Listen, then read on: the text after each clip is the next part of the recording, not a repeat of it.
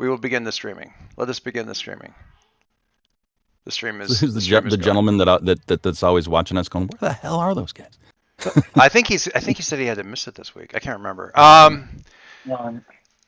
We'll stream for Will. This one's for Will. This one's for Mo, really. All right. So when we last left our heroes, Caleb was doing rash things in his sanctuary, but before that, Kids are calling it these days. But before that, we had started up at the party, and we were talking a little bit about the party, and I think this was the version of the party that Frank hadn't been around for yet, but like the weightlifters who had decided they were having a smelling salts competition out on the back deck, like who could have smelling salts up to their face the longest. Jesus Christ. And just a bunch of idiocy going on around the party in general. But so Caleb was talking with oh God, what's her name? Starts with an R. Rebecca. And Rebecca was just babbling about whatever Rebecca wanted to be babbling about, and in the middle of it basically started dropping lines of prophecy into the middle of the conversation like it was no big thing. This attracted a little bit of concerning. Yeah.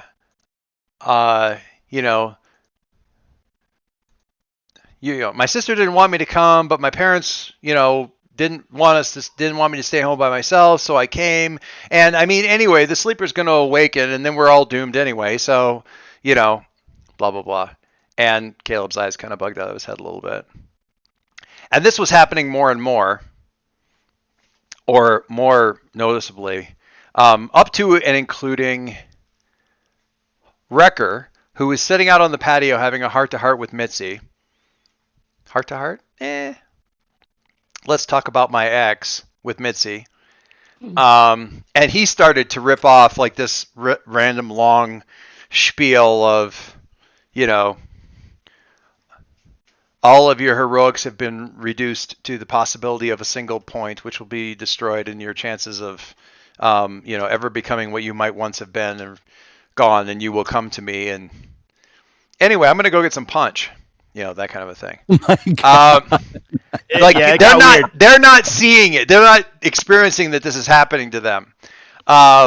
Mitzi shifted her eyes a little bit and realized that, this was not completely unrealized up to this point in time, is that most people had had the punch. And just because the punch was gone didn't mean that the influence on the people was gone. Mitzi panicked a little. And I think, another thing that I really liked about this was Silas was trying really hard to pretend it wasn't happening because he just wanted it to be a normal party. He was trying his absolute damnedest to just go. Focus. It was great because Caleb was like coming up going, she's saying really weird things to me. And Silas is like, listen, when you're ace, you need to understand that your attraction is really kind of on a spectrum. And sometimes people are going to come up to you, and that's going to be fine. And he was giving him like relationship advice. He's like, they're speaking in tongues. You can let it go as far as you want it to go, man. It's fine. It's,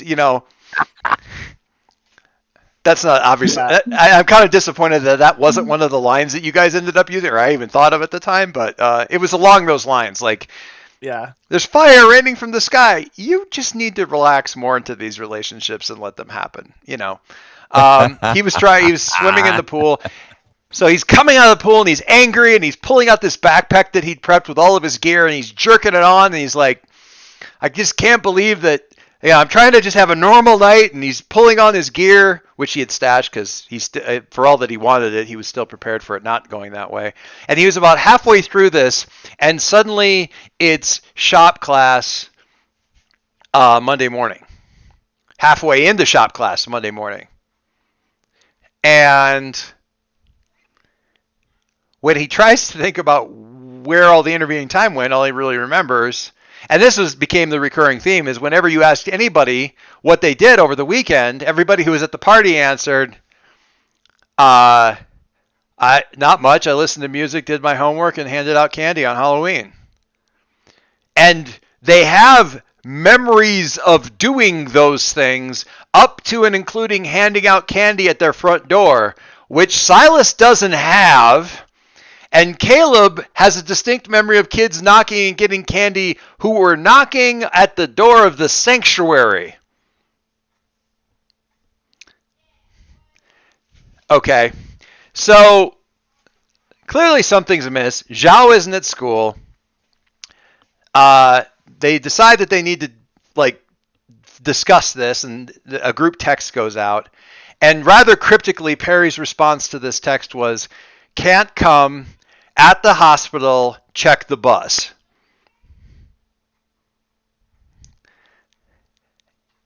And everyone was like, because at this point in time, it was like, well, we haven't seen Perry this morning, and everyone was just Perry doing Perry stuff.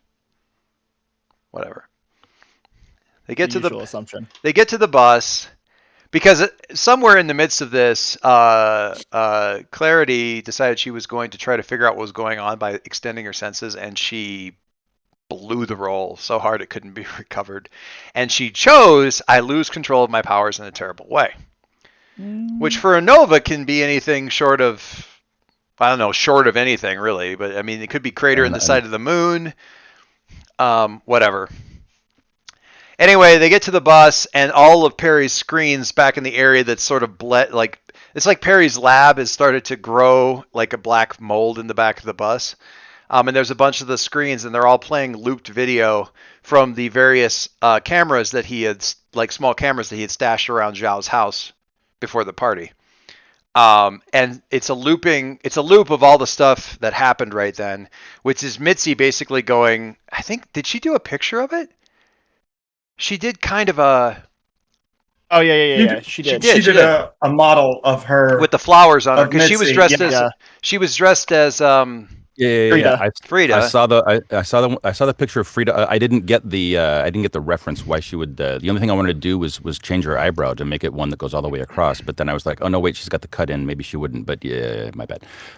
So that's where my head immediately went. So anyway, the way that her head was all back. I gotta get down to the end of this thing. The total like up on the toes and arched, and clearly the spirit is moving through her. Yeah, exactly. So that was a bit of that. She basically flipped out because she realized that everybody. Now she had prior to this. Yeah, there we go. There's the picture.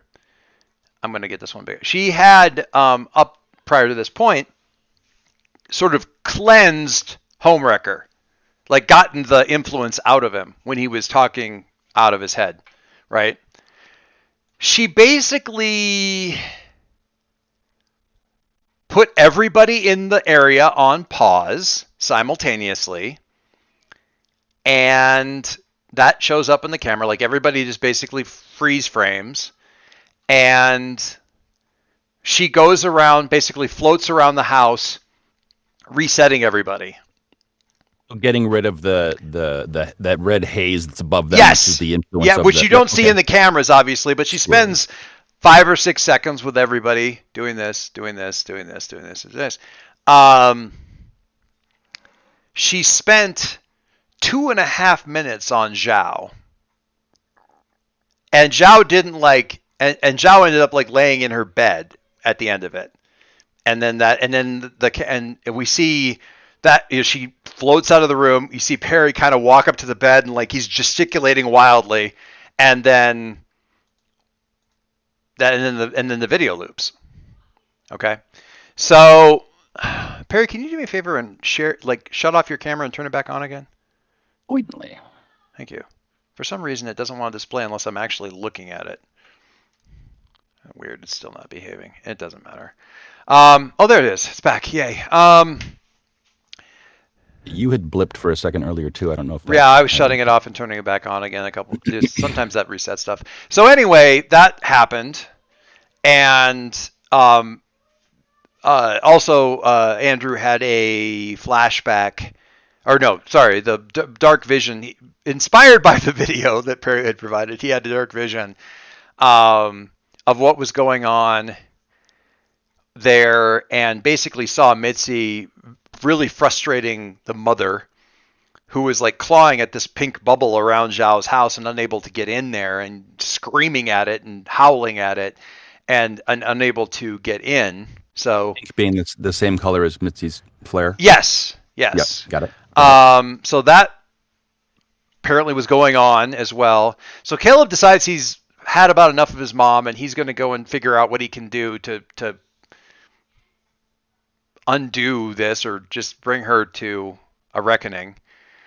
Mitzi goes wandering off into the bus graveyard to flip a couple of vehicles upside down, and Silas eventually talks her down to,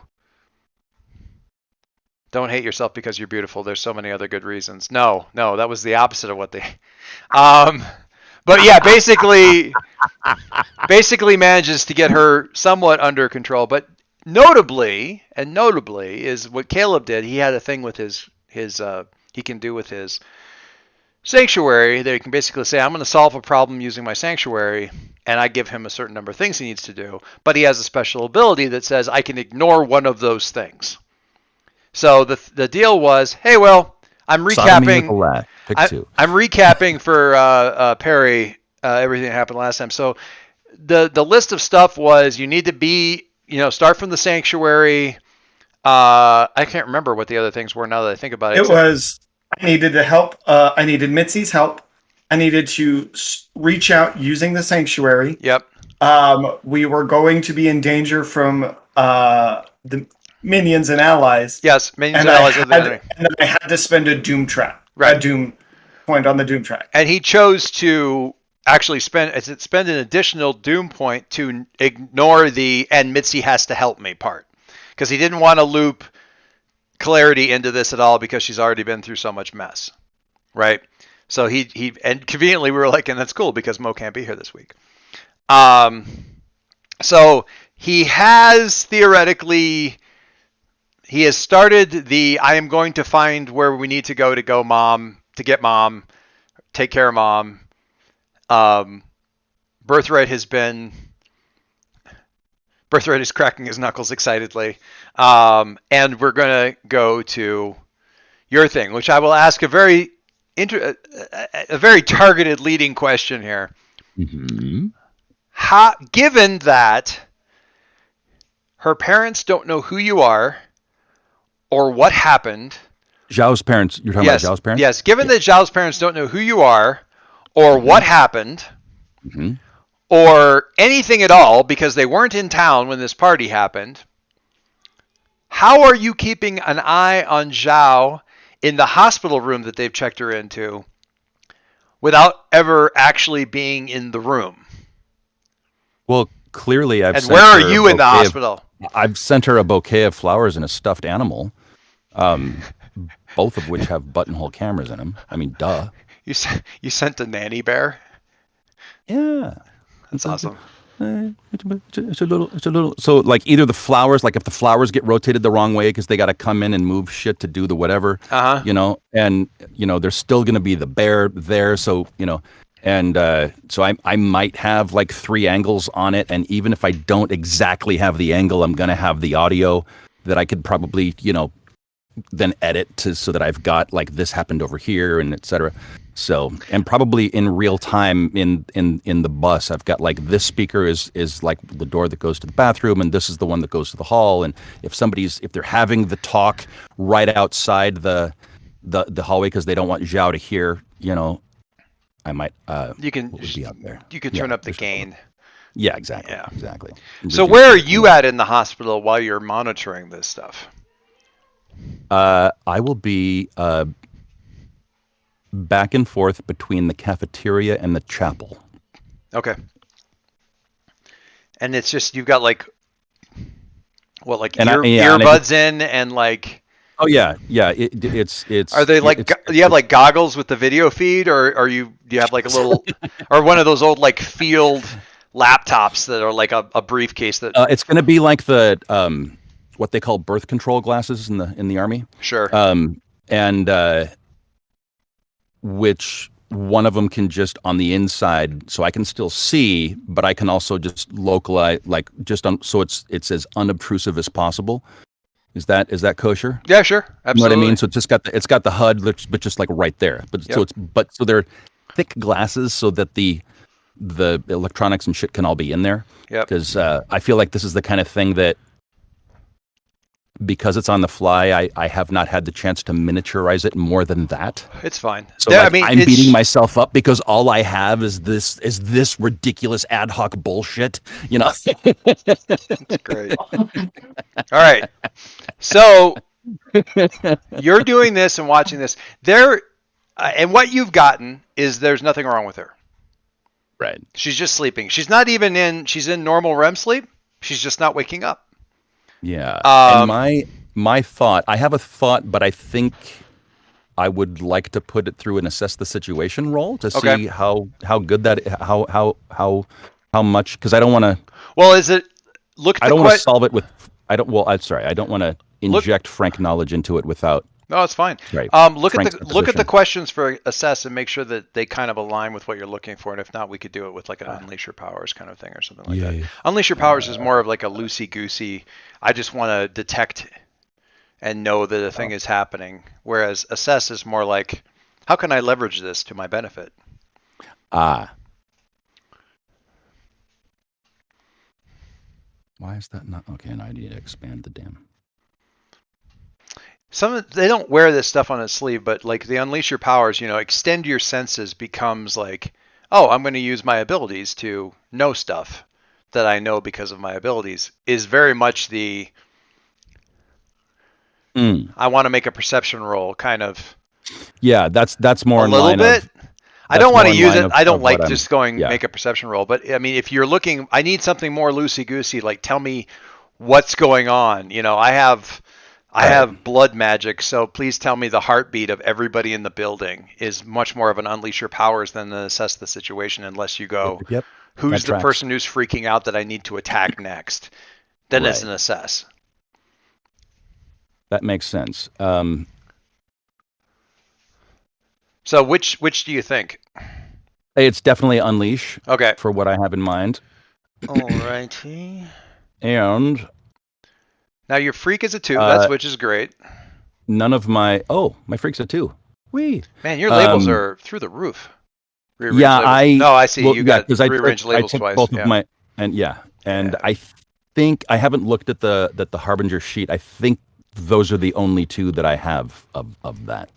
Yep. I don't think there's another one of those. 5 is kind of pretty close to as high as you're going to see. Yeah. Typically, I feel like maybe proteges can get up to a 6 total, or something like that. They're pretty crazy. I don't have a bag of tricks that lets me do anything in particular, so I think this would be unmodified. Boom. Yep. You're better off not doing assess right now anyway because you're guilty. Which in any case, it's still a 10. All right, so tell me what you're, because this is just me kind of, you're extending your senses, you're using all your stuff. Tell me what it is that you're kind of focusing on and what you're trying to learn here, or find out, or see, or whatever. My thought is that the reason Perry is gesticulating wildly when Clarity is going around doing her thing and expunging the stuff is because right now any one of those red clouds is our lodestone to get to the plane of existence where mother and teacher, etc., exist. And my thought is, if Perry has played any D&D ever, at least in a few of the time, at least in a few of the time loops he has, I think. Right. We can't make teacher and mother go away unless we deal with them on their turf. Right. And without, go ahead.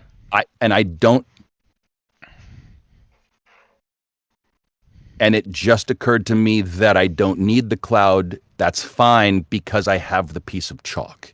But yes. Which is, okay. So I'm suddenly less frustrated with Clarity. So that's good. What I'm worried about is what can we do to them I have no idea what we can do to them on their turf that will actually hurt them. One. B, I'm I I feel like there's got to be like a silver cord type deal to get us back. That might be the chalk. I mean, you might be able to do something with the chalk. It could be the chalk. It could be Revenant, anchoring us with an extra long tentacle / silver cord type whatever. I mean, it could be the chalk. You know what I mean? Like, yeah, it could be. This. We need the airline to the surface. All right. But more so like go ahead. When I was saying like we need to call the cavalry, we need to get the band back together. It was no one of us can deal with this on our own. But I also, it's not immediately apparent to me how to deal with this, where we need to deal with it with our skill set. Okay. Is this about the time that he gets a text from Caleb saying, "Hey, I think I figured out how to find my mom. Come to the sanctuary." Well, so when we left is when Silas sent the message to Caleb. He was like, let's go. Like, we're doing this, right? Because I think Silas knew that Caleb was like, nah, I'm done with this. We're done. We're no more of this. We're taking the fight to them. Yeah, and so he just gets a group text message that just says sanctuary. I can't use the chalk in the sanctuary. It'd be like putting a portable hole inside a bag of holding. You won't be in the sanctuary for long. Okay. That's literally what I text back. We won't be here that long. Okay. Ellipsis ?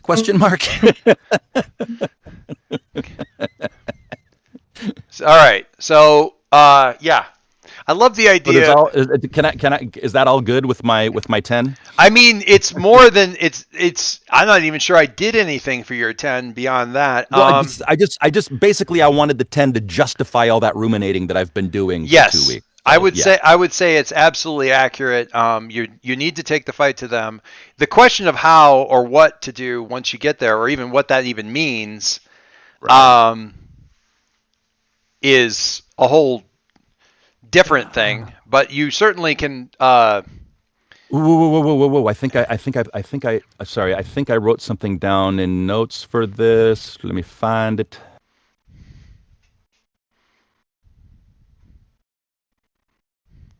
We're gonna get you guys over to the sanctuary and do the next thing. Okay.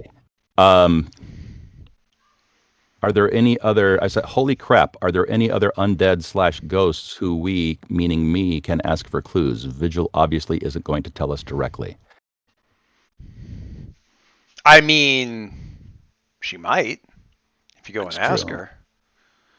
But hey, do you really want to involve them right now? Yeah. I kind of don't, except for the advice. But if we can figure out, do I recall any moment in the past when we have faced off against teacher or mom when there has obviously been a palpable hit? You know what I mean? For this, you definitely need to do and assess the situation. Can do. As you try to well, you know what? Hang on just a second before you do that.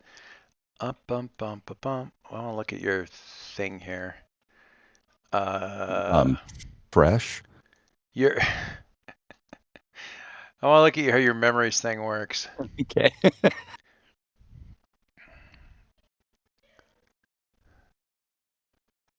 Okay. I don't necessarily want to remember someone. Well, exactly. As I am remembering sort of.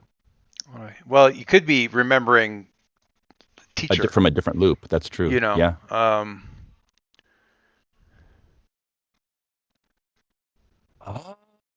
Because when we fought teacher, we were on her turf. Yeah. The thing that occurs to you right now, completely unrelated to anything else, is you were fighting completely within functionally a psychic construct of teachers, right? that dissolved once Teacher's hold on the place started to come apart. Right.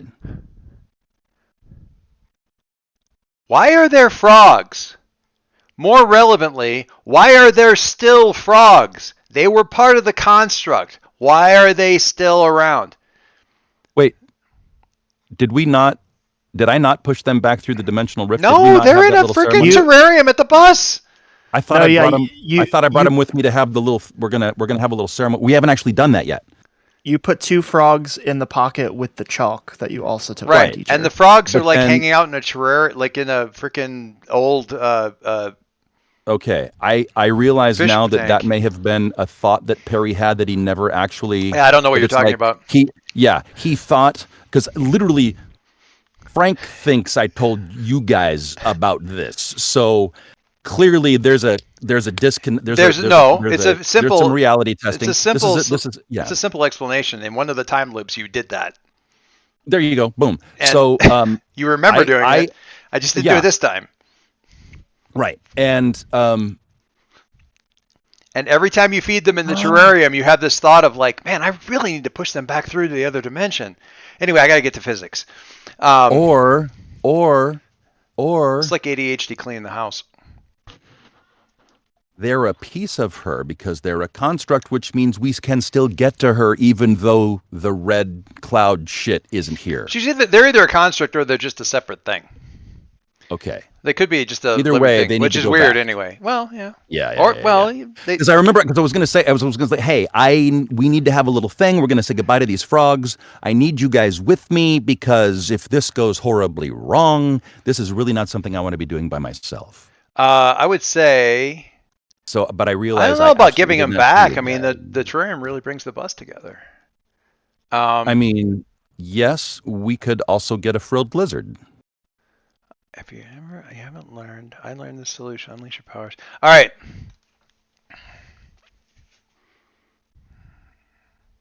Also, I've been meaning to talk to you. I'm not sure if all of those passive moves are supposed to be on my sheet. It's fine. They're still there. No, it's totally fine.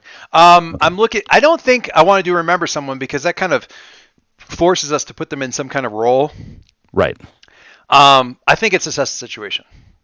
So I would go ahead and roll that and see if you can figure out a way to loop them into. I'm at a -2 because I'm still guilty. Yes, but you are using superior, which is at a 3, so you're still somewhat okay. You don't need to add the -2, by the way. The thing does the math for you. Right. Which is still 7. All right. So ask. That gives you one question to answer, or one question to ask. Well, you're kind of en route. You're like on the train or something. Heading back over. Yeah, trying to get, because we're meeting at the. You're heading Caleb ward.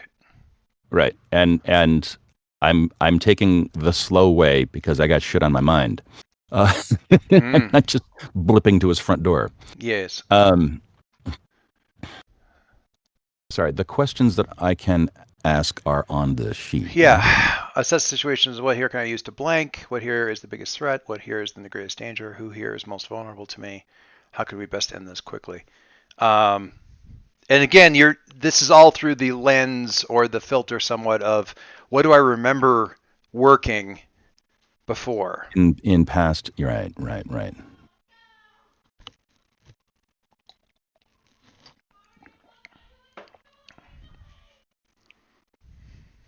This is the situation where if I think I know the answer, I can still ask the question to get the +1 when I do it, right? Yeah, for sure. Okay. What here can I use to get to Mother? Oh, I mean, obviously the chalk. Exactly. Yeah.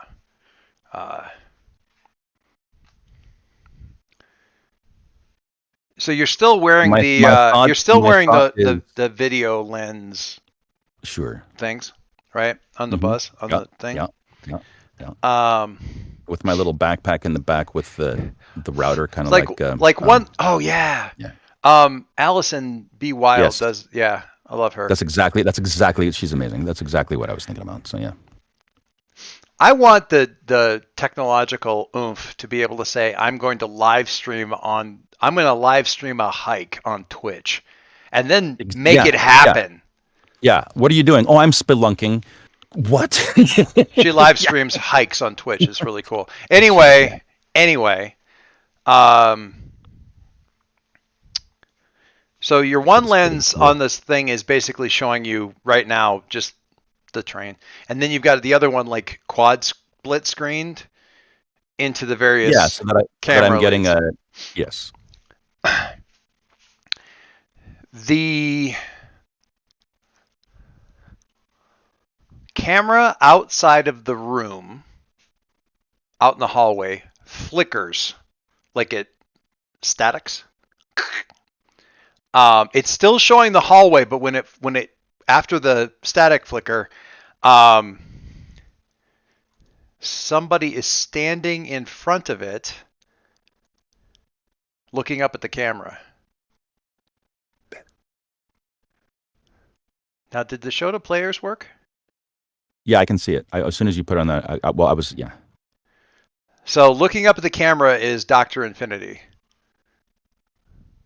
Standing there in the hallway. You need to be very careful, Perry. Don't try too hard to remember previous loops. You need to remember that those loops were all hard reset. While they may have been ephemeral successes, they did not ultimately lead out. And then the static goes, and then it's just the normal hallway again. Actually, she doesn't say Perry. She would have said Dr. Driscoll.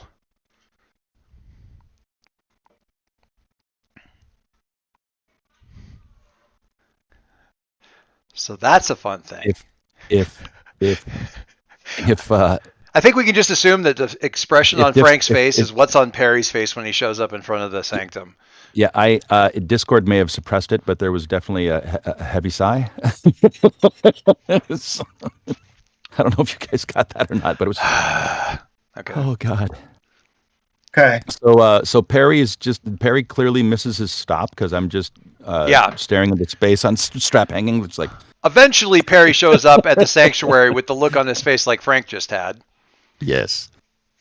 Jesus. Birthright. I know that look. The look of the 1,000-yard stare. I saw something terrifying. That's good.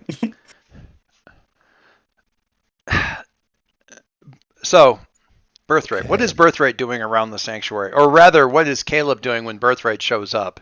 And how does that, like, what are you two, what has happened prior to Perry showing up? Because I'm going to assume Perry showed up last out of this. So as soon as, like, Silas shows up, I'm guessing I've got coffee made for everybody because I'm like, I don't know how long we're going to be gone. We're going to need something. Mm. So I've got coffee and I'm have it on a table ready to go so that we can all sit and talk because I don't want to explain this like 4 times that I'm reaching into some void where the essences of the people who are kidnapped exist on a different island in an ocean of eternity. Like, this is just do it all at once. That doesn't sound like tons of fun. Yeah, so I'm gonna just wait. And so I'm probably like, for the first time ever, just sitting in silence, just drinking coffee. What about you, Birthright? Are we all at the sanctuary? Well, you and so when you get there, Caleb is sitting on like a couch and just sipping coffee. He's the pots. He mentions that the pot's ready on the thing and on the counter, and he's just kind of looking fixedly at his window that shows the outside courtyard as it used to be, kind of thing. And he doesn't seem. He seems extremely not talkative. Caleb does? Yes. So it's kind of, what do you do? Because he's not doing much of anything at this point. Out of curiosity, and I have a question for you, but you tell me. Yeah. So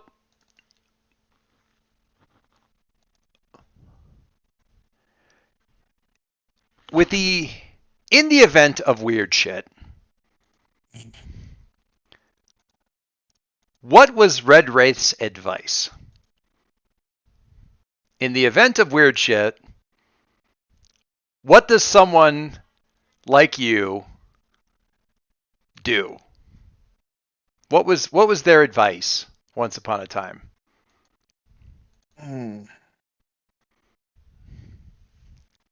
Red Wraith, for those of you playing along at home, being the sort of original mentor person who died fighting Voidwalker? Yes. Yeah, so their advice may not be you think, I mean, there's a certain amount of teenage cynicism here that says, I don't know how useful their advice is because they got killed by weird shit. Because Voidwalker was kind of is, I should say, not past tense, but is kind of a, what was Voidwalker's deal? What was their, a bit? So imagine if Mysterio was a big fan of H.P. Lovecraft. So he was kind of like an illusionist type villain, but also like that kind of took the form. This was before I knew that was going to be Revenant's bit.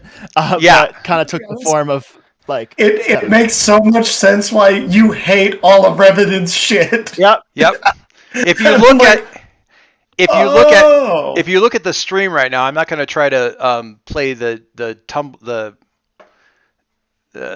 juggling game to get this thing up someplace. But if you look at the stream right now, you'll see a picture of Voidwalker fully. It was currently in a Supermax, still alive, but I captured him.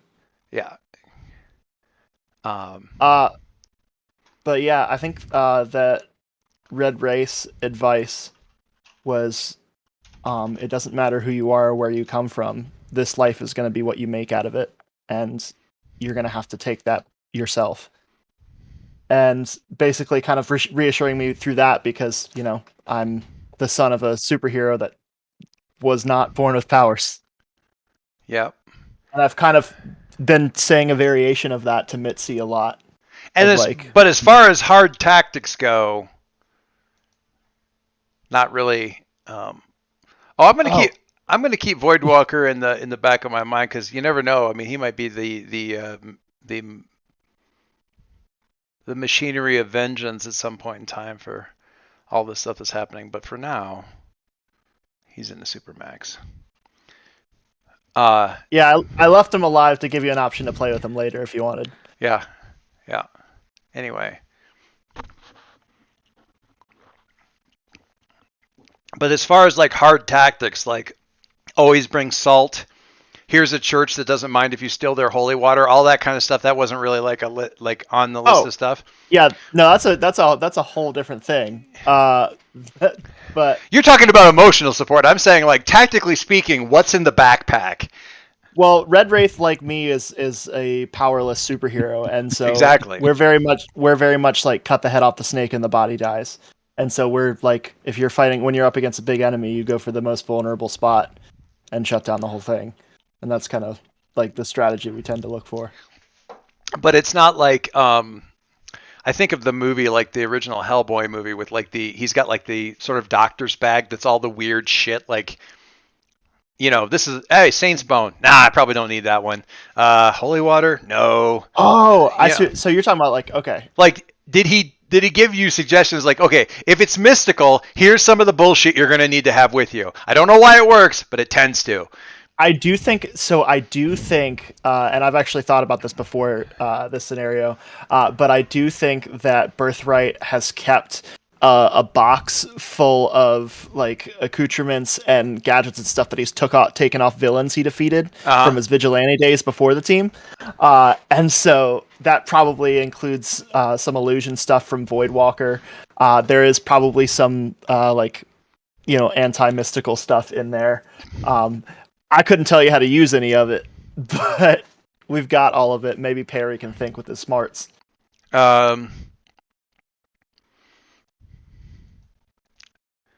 All right, so clearly the line in no powers and not nearly enough training right now, that line should be filled in with box of mystical bullshit.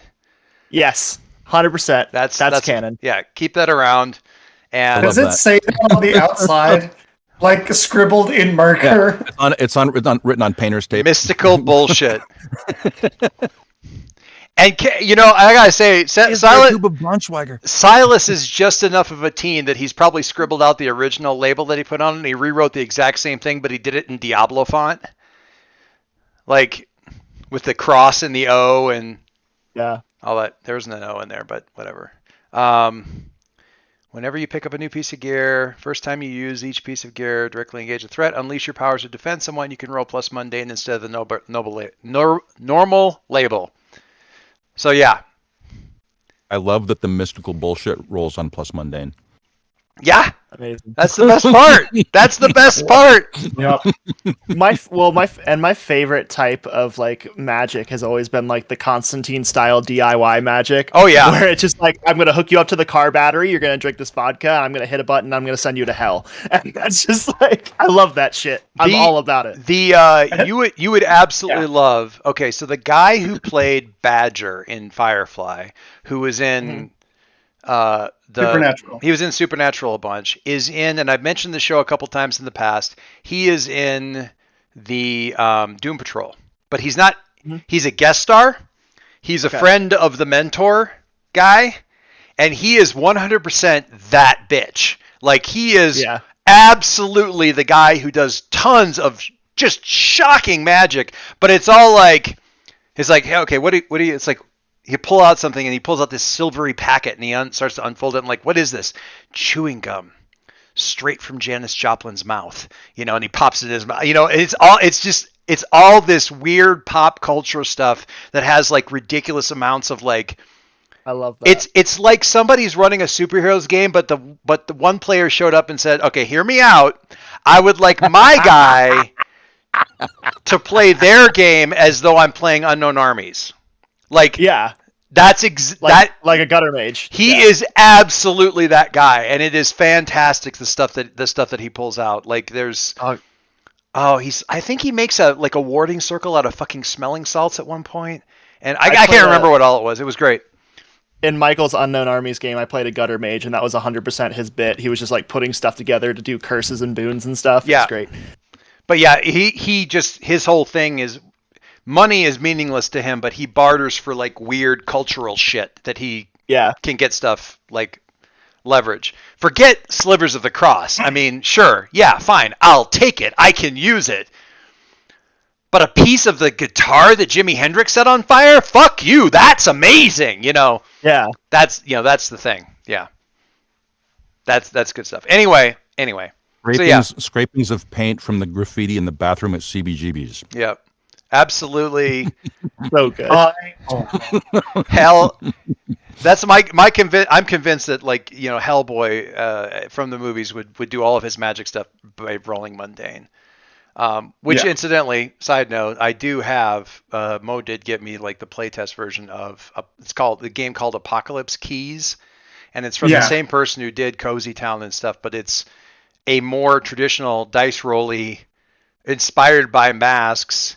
Hellboy BPRD game powered by the apocalypse. I'm just throwing that out there as a thing that exists. Always willing to try that if you want. That would be a fun one shot for sure. Yeah. One shot. Like I do one shots. I know. We gotta finish this game first. I know. I'm just saying. Hey, look, this beautiful thing on the horizon. Can we have like a TV special episode where we play that game, but we play our characters as? It's like the Supernatural episodes where they're like in the Scooby-Doo episode. Yeah. Or I was thinking the episode where they're Smith and Wesson and they're like, stuff like we could do stuff like that. That'd be hilarious. The Voltron episode where they play D&D is also just amazing. Especially like the head guy of the Paladins who keeps playing it, re-rolling as a Paladin. And every time his character dies, he re-rolls as another Paladin. With almost the same name, who's like the guy's brother. Anyway. I'm reminded of my buddies. This is super fast. So, all right, no. My buddy wants to run a run shot that is a game of Tune. And you're playing Tune until you realize that you are actually playing inside a reality bubble in Mage the Ascension, that has been like pinched off because like every time you've like smacked somebody on the head or thrown them, like that's all real. You just think you're in a cartoon, and then so it goes from being this fun, wacky hijinks to just this like ridiculous horror as certain people with the out of character mask know what's happening, and certain people don't, and they're just like, "Gah!" Okay. So That's yeah, great. that would be nuts. All right. So Terrible. Perry, when you come in, Okay. Yes. Caleb is 1,000 yards staring at the window. Oh, good. And- That was true. And Silas is organizing a box labeled Mystic Bullshit.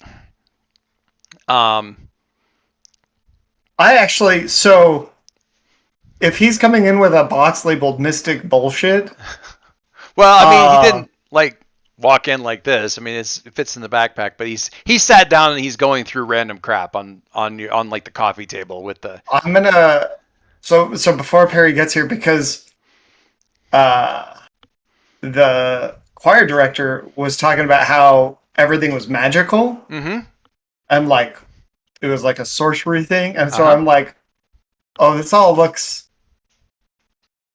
I'm gonna start like I'm gonna ask him, like, do you mind if I look at some of this stuff? Yeah, It please. looks familiar, and I don't like that it does. This is all just these are all just little accoutrements that I've taken off of people I've fought in the past. But if you can help Yeah. me make sense of any of it, that might be helpful.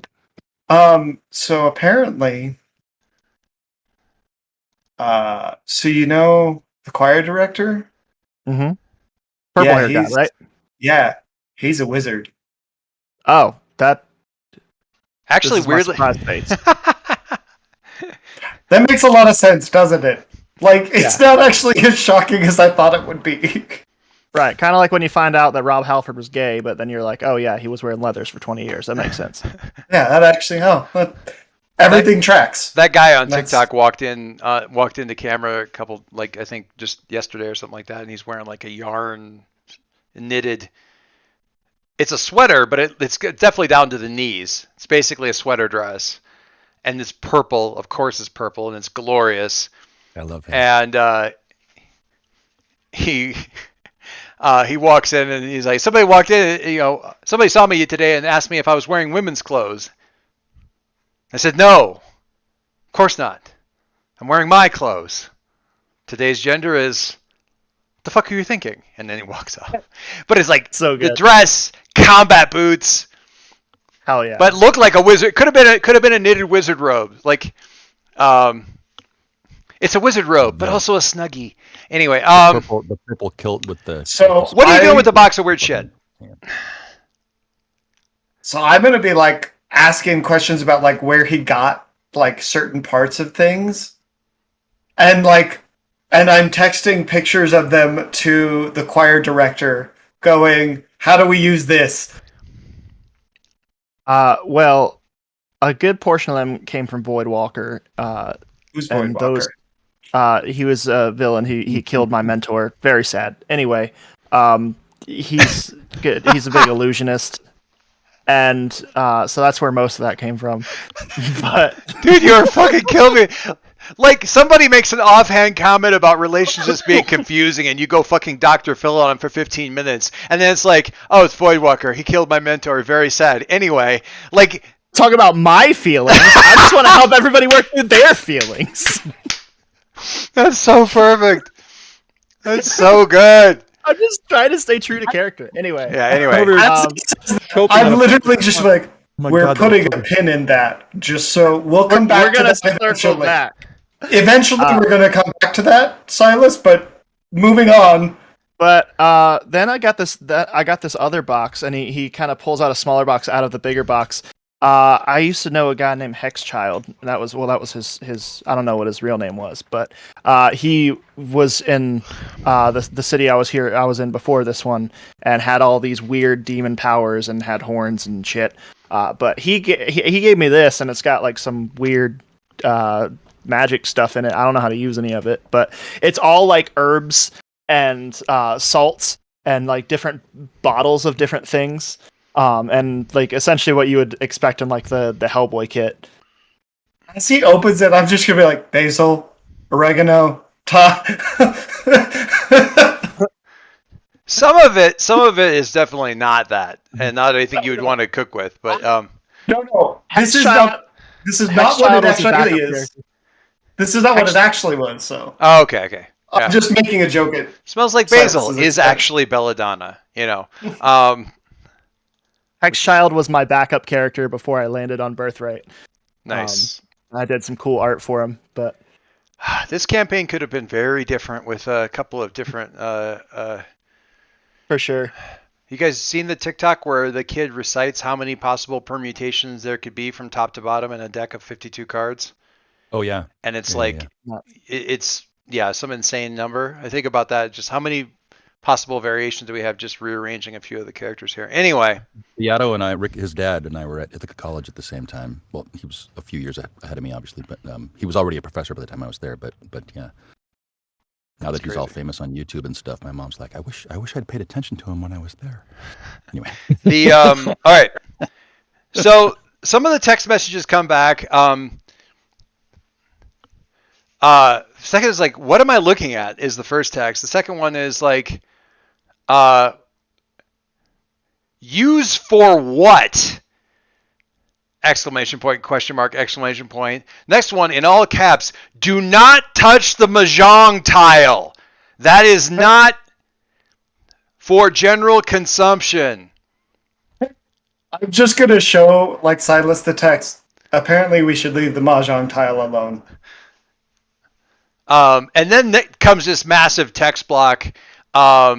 That Mahjong tile is one of like sort of the central power focusing things for this mystic villain named Voidwalker. Huge pain in the ass. Currently in jail. Brought down by we know not what, but is currently in the Supermax prison. But that is definitely not something you want to be messing around with or even channeling nearby. How does he put it? Your powers are too closely aligned with his for it to be safe for you to use it nearby. Your power use the water of your power use will naturally flow into the ruts that he ground into the mud, and there you do not want to go. ELDR, don't cross the streams. Yeah. I'm just gonna send a text message back that says, "Got it. Eat the tile. Go Super Saiyan." Thanks. You are not nearly as funny as you think you are. But yeah, the gist is like your powers are closely enough aligned, and he used them badly so often that if you use you channel around this thing, it's going to pull you in bad ways because it just naturally channels energy of that type around it in certain predetermined nastiness. Cool. I'm gonna like look at like Silas and be like, "Hey Silas, I need you to do me a big favor. Swallow this tile. All right. I need you to get this tile out of here, please. Like where do we want to take it? Anywhere but where my powers exist." Like out to the bike or something. Like you could lock it on the bike or something. I can help with that. Oh, Perry. Perry goes just like, Perry, can you make this go away? Just the tile. That's the only thing that like when I get like and I show him the text message, like Silas the text message, and I'm like, apparently Voidwalker's powers and mine should not be used near each other. So Do we have a value for near? Put it on the bus. That's easy. Wouldn't you occasionally use your powers on the bus? For now, just get it away from us. Oh, yeah, no problem. Some things are about to happen. Bus now, elsewhere later. Sure, I can do that. Okay. And it's like later on, you can build it as a touchstone inside of like your team base or something like that. Nobody will notice. It'll be fine. Yeah, when I hear that's why I asked: do we have a value for near? Like, yeah. Oh wait, on the bus is fine. I'm not going to mess with you guys if it's not in the sanctuary, but it's fine. But he does have advice on some of the other stuff while this is happening. Okay. Perry does like a little. Whoop, I'm gonna go bloop. I'm gonna tick it like kind of up under the fender where like you'd put a hide key. There you go. What I want is for Also- you to like go like this and just you see the bus through the thing and you're just like I'm gonna just throw it in there and it goes and it bounces off of 2 or 3 things and falls into the terrarium with the frogs. Oh, Jesus Christ.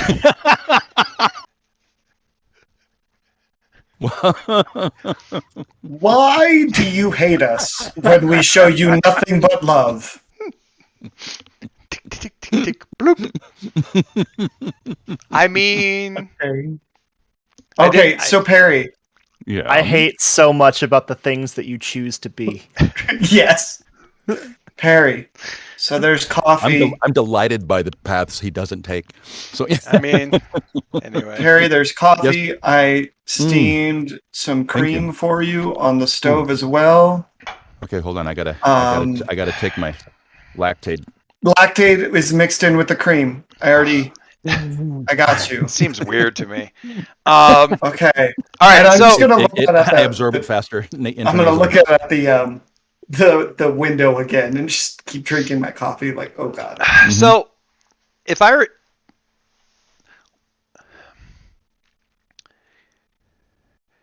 I think what you have, what you sort of cobble together in your head is basically, I mean, you know, Perry's got the chalk. Perry sort of loses track of this fact all the time.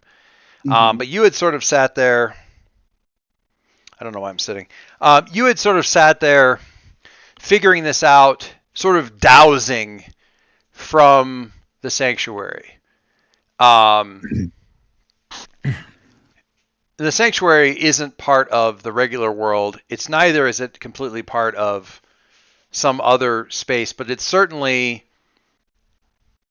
closer to whatever weird space your mother's from. And between that and being your mother's child and the power and that sort of thing, you feel like you're pretty close. I can't remember if Perry ever had the conversation about how he could he accidentally slashed open a space with the chalk and was just like, oh crap, and sealed it back up. If that got translated or not, I don't recall. But in any case, talking through this, Sure. you know, it's pretty quick. It's fairly straightforward for you guys to kind of come to some sort of conclusion of like, okay, we need sort of a dowsing rod. We've got this kind of thing. Your place is really close to this. The chalk is definitely part of it. We can da. And the easiest way out and through would be, you know, the window. That's the opening to where we need to go. Yes, sir. I would like for us to consider Excuse me. more than just the easiest. Mm-hmm. For just, let's just kick the can down the road a little bit. Wait, that means don't deal with it. What I meant was let's examine it from multiple angles so that if there is a more cautious yet still efficacious route, perhaps that's the one we choose. Could be. Easiest is not necessarily best. What he's figured out is that with a little bit of a direction on this thing, and him just kind of pushing really hard on his sanctuary, psychically speaking, he can open up. He can provide a path that leads you where you need to go. Easy, So but- that would leave the chalk as an emergency exit valve. Oh yeah, you wouldn't even, it wouldn't necessarily need to involve the chalk because he didn't. Yeah, Caleb did not factor that in Right, but if when he was doing all of his stuff. That rather than using the chalk to go in, we have the chalk as a potential contingency. Yep, absolutely. I like that. As you, When we meld this bubble with that bubble, if you'll allow me the metaphor, let's be delicate with how much we push them together. Sure. I mean,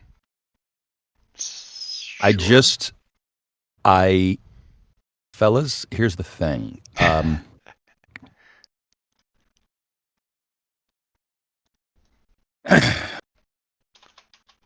I believe Dr. Infinity when she tells me to tread lightly.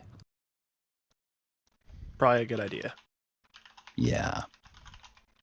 Well, it wasn't so much So, tread lightly if as I'm- it was like be don't careful. count on Be- what worked before to be the right thing to do. Exactly. So I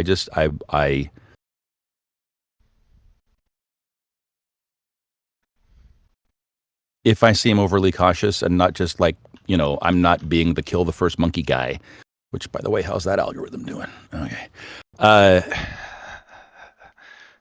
If I seem overly cautious, it's because I've killed Vigil enough already. You know what I mean? Sure. Yeah. Are you hearing me on this one, guys? He seems a little shook. I'd say Perry seems a little shook. I'm not sure that Should I have taken a powerful blow? Frank did. From what? From Dr. Infinity? Fucking Dr. Infinity going, hey, dummy. I feel like every time Dr. Infinity has to show up, it's like jerking Perry's collar hard. For sure. And sure. I don't know what take a powerful blow does. I forget. Well, you don't need. I don't think you need to right now. I mean, I'm RPing it, but I don't know. Well, yeah. What I look at is you're RPing guilt, and you have guilty. Yeah. So okay, great. It's perfect. Maybe some people can help you with that. I was gonna say. So I think Silas's response to that is kind of, look, Perry, I'm not gonna pretend I understand a word of half of what you say, because you're kind of thinking on an upper echelon from all of us, really. But what I do know is that I trust you and I have faith in your capabilities. And I know that if we go into this together, like we always have, we're going to figure it out. I think you should absolutely roll comfort and support and see how that lands. Because if it doesn't land, I know exactly why. But I'm really good at comfort and support. I know you're really good at comfort and support. And that's a hit. Thank God you're good at it, because you needed that 3 all the way. Yeah, I sure did. Those dice, man.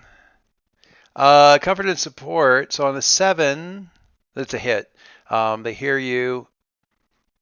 So this is more on Perry now, because he said this thing, we can absolutely get through it. And while I will say, while there are echoes of what he's saying to you in your head,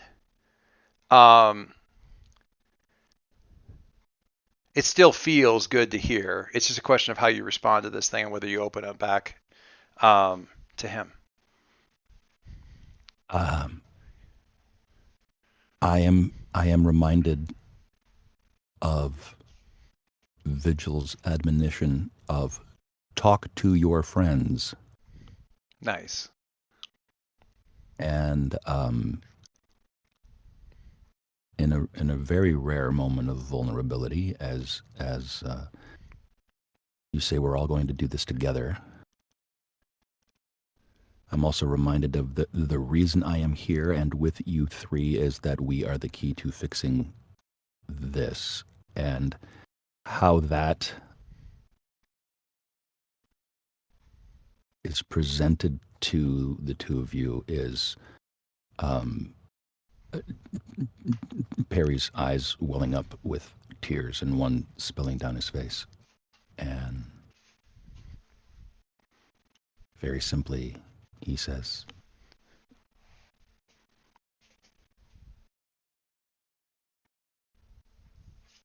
sorry, did I say that too softly for it to come through? I was going to say, yeah, it broke up a little bit. I didn't know if you were pausing for effect. Very softly, he says, I don't know. Very softly, he says, thank you.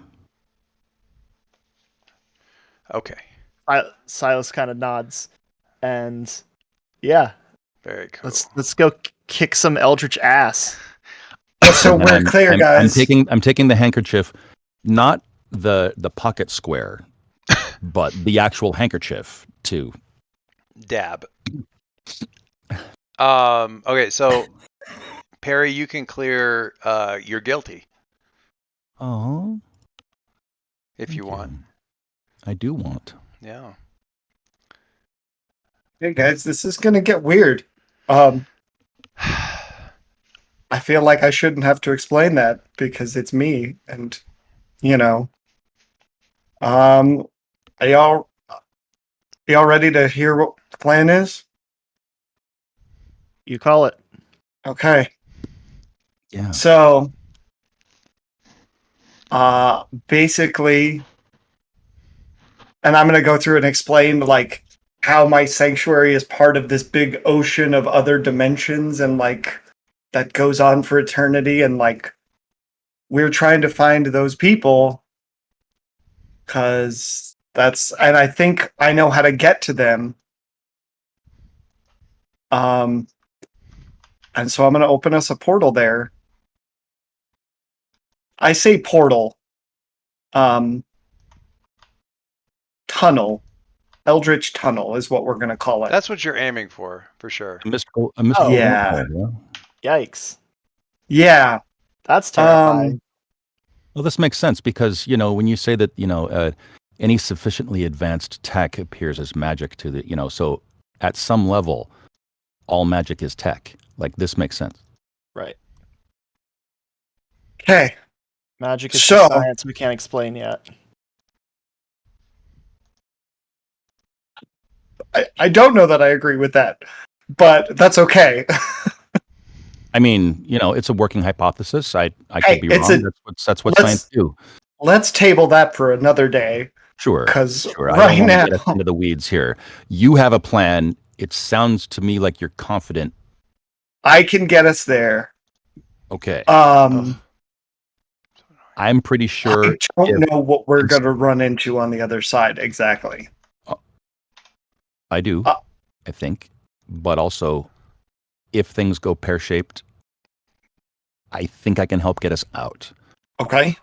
So we've got an emergency exit. We've got Birthright's box of tricks.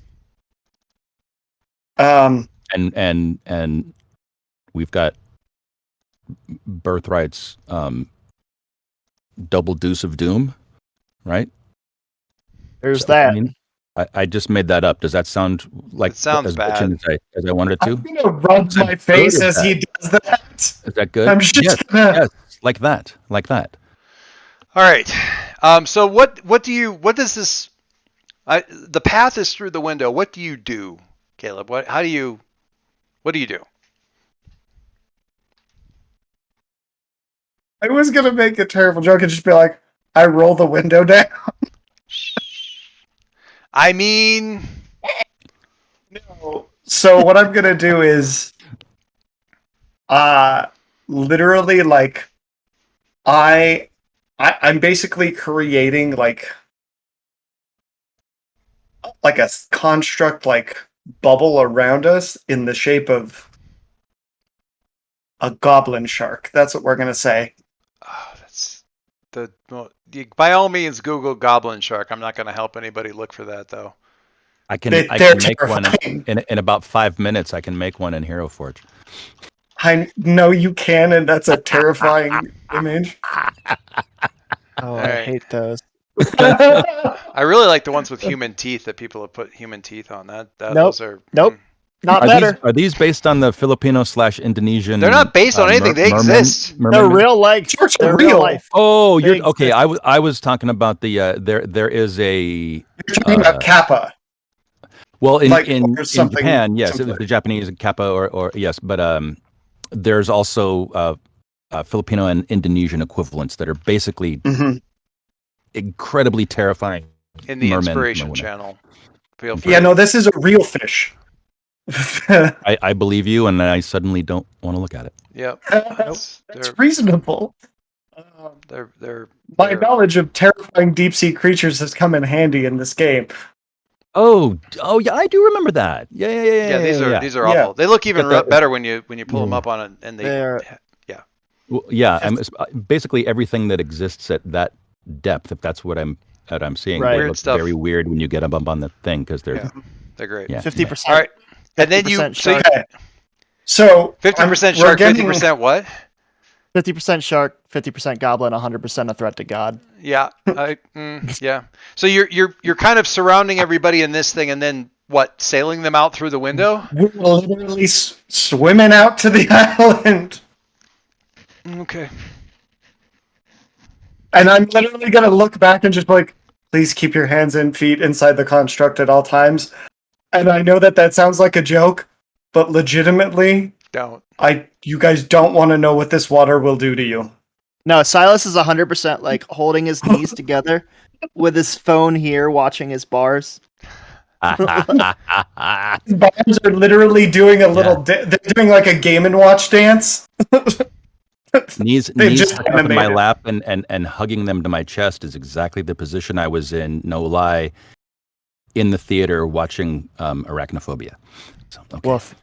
Oh yeah, arachnophobia did it for me. I couldn't do that. Okay, Me up to the so life. well, the problem with arachnophobia is like it's sharks stay in the water. Spiders don't stay where they're supposed to be. They have no place to stay. Anyway, all right. So this image is more conceptual than it is accurate. But the feeling here so take a look at roll 20. So this is the feeling. This is not specifically what it looks like, but this is the feeling. Because as you guys go through the window, the window image is revealed to essentially be a lie. It's just like the screensaver that Caleb put over top of the window so he'd have something comforting to look at, like before we screwed everything up, look. But the window itself is really just a liminal space that leads into this other deal. So what you have is essentially almost a cliff overlooking this oceanic trench thing. 2.5 miles straight down. It's not water as such, but it's got that kind of feeling to it. Or it feels a little bit like you're doing that. That may be partly Caleb's imagery. But essentially what you have is a cliff that is the reality we're from. And then Caleb's sanctuary existing both in this space and clinging off of the wall of reality like a wart or a boil. And you guys are kind of sailing out of that and away from that and out into the weird.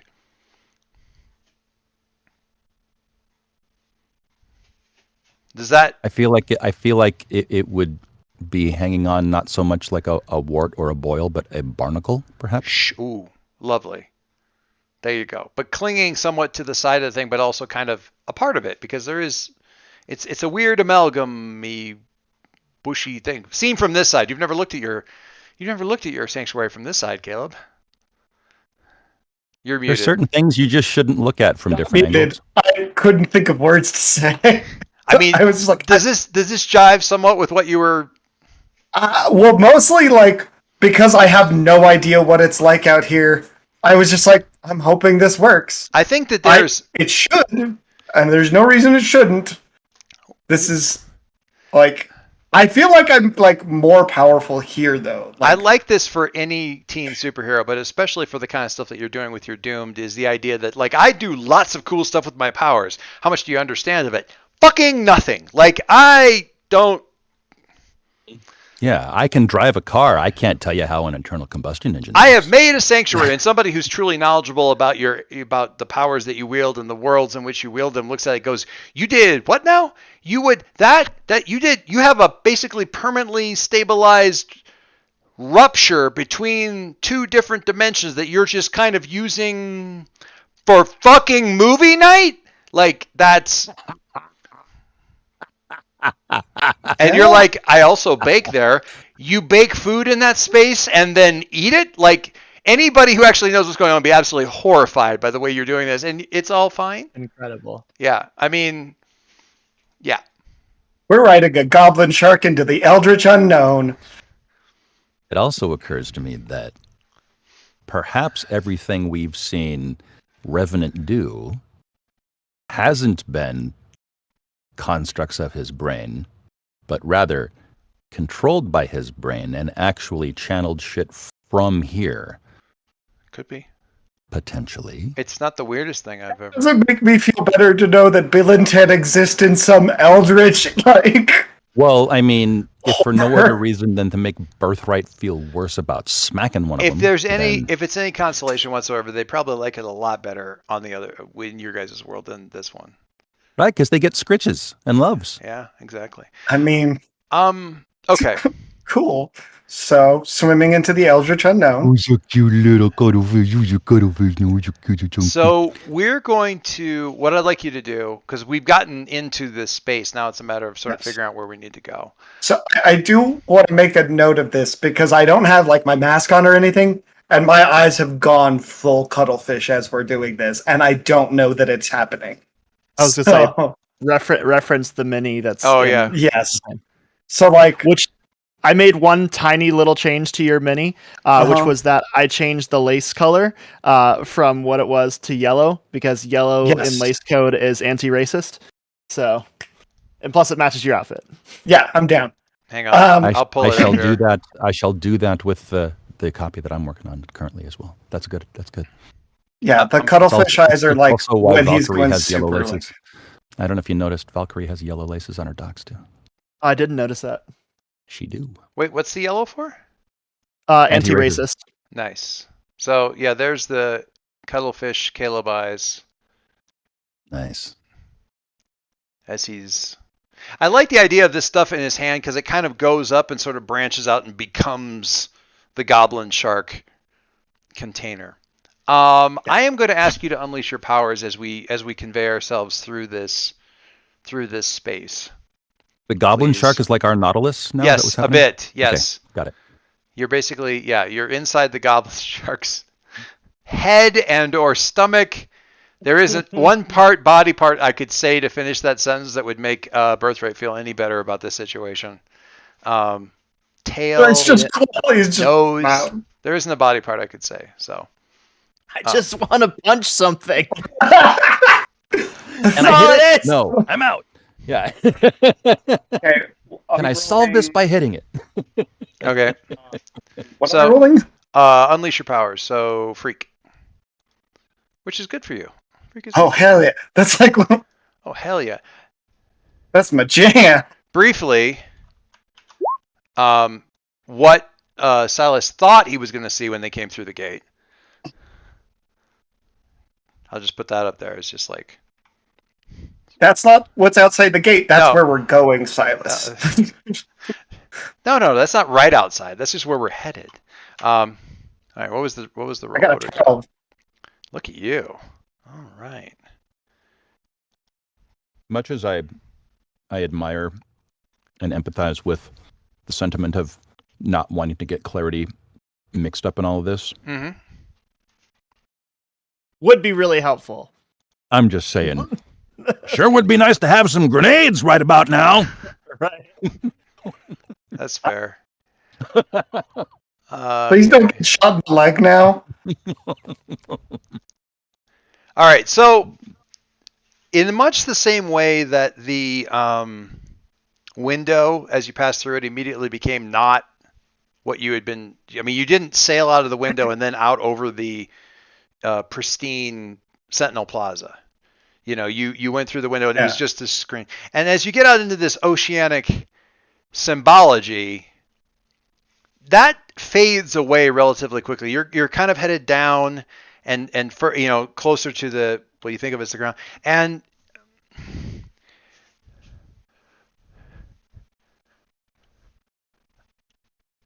the water, which I will note is inside the goblin shark, all the way up. There's a point at which Caleb is like, Silas, you don't need to hold your breath. It's not really water.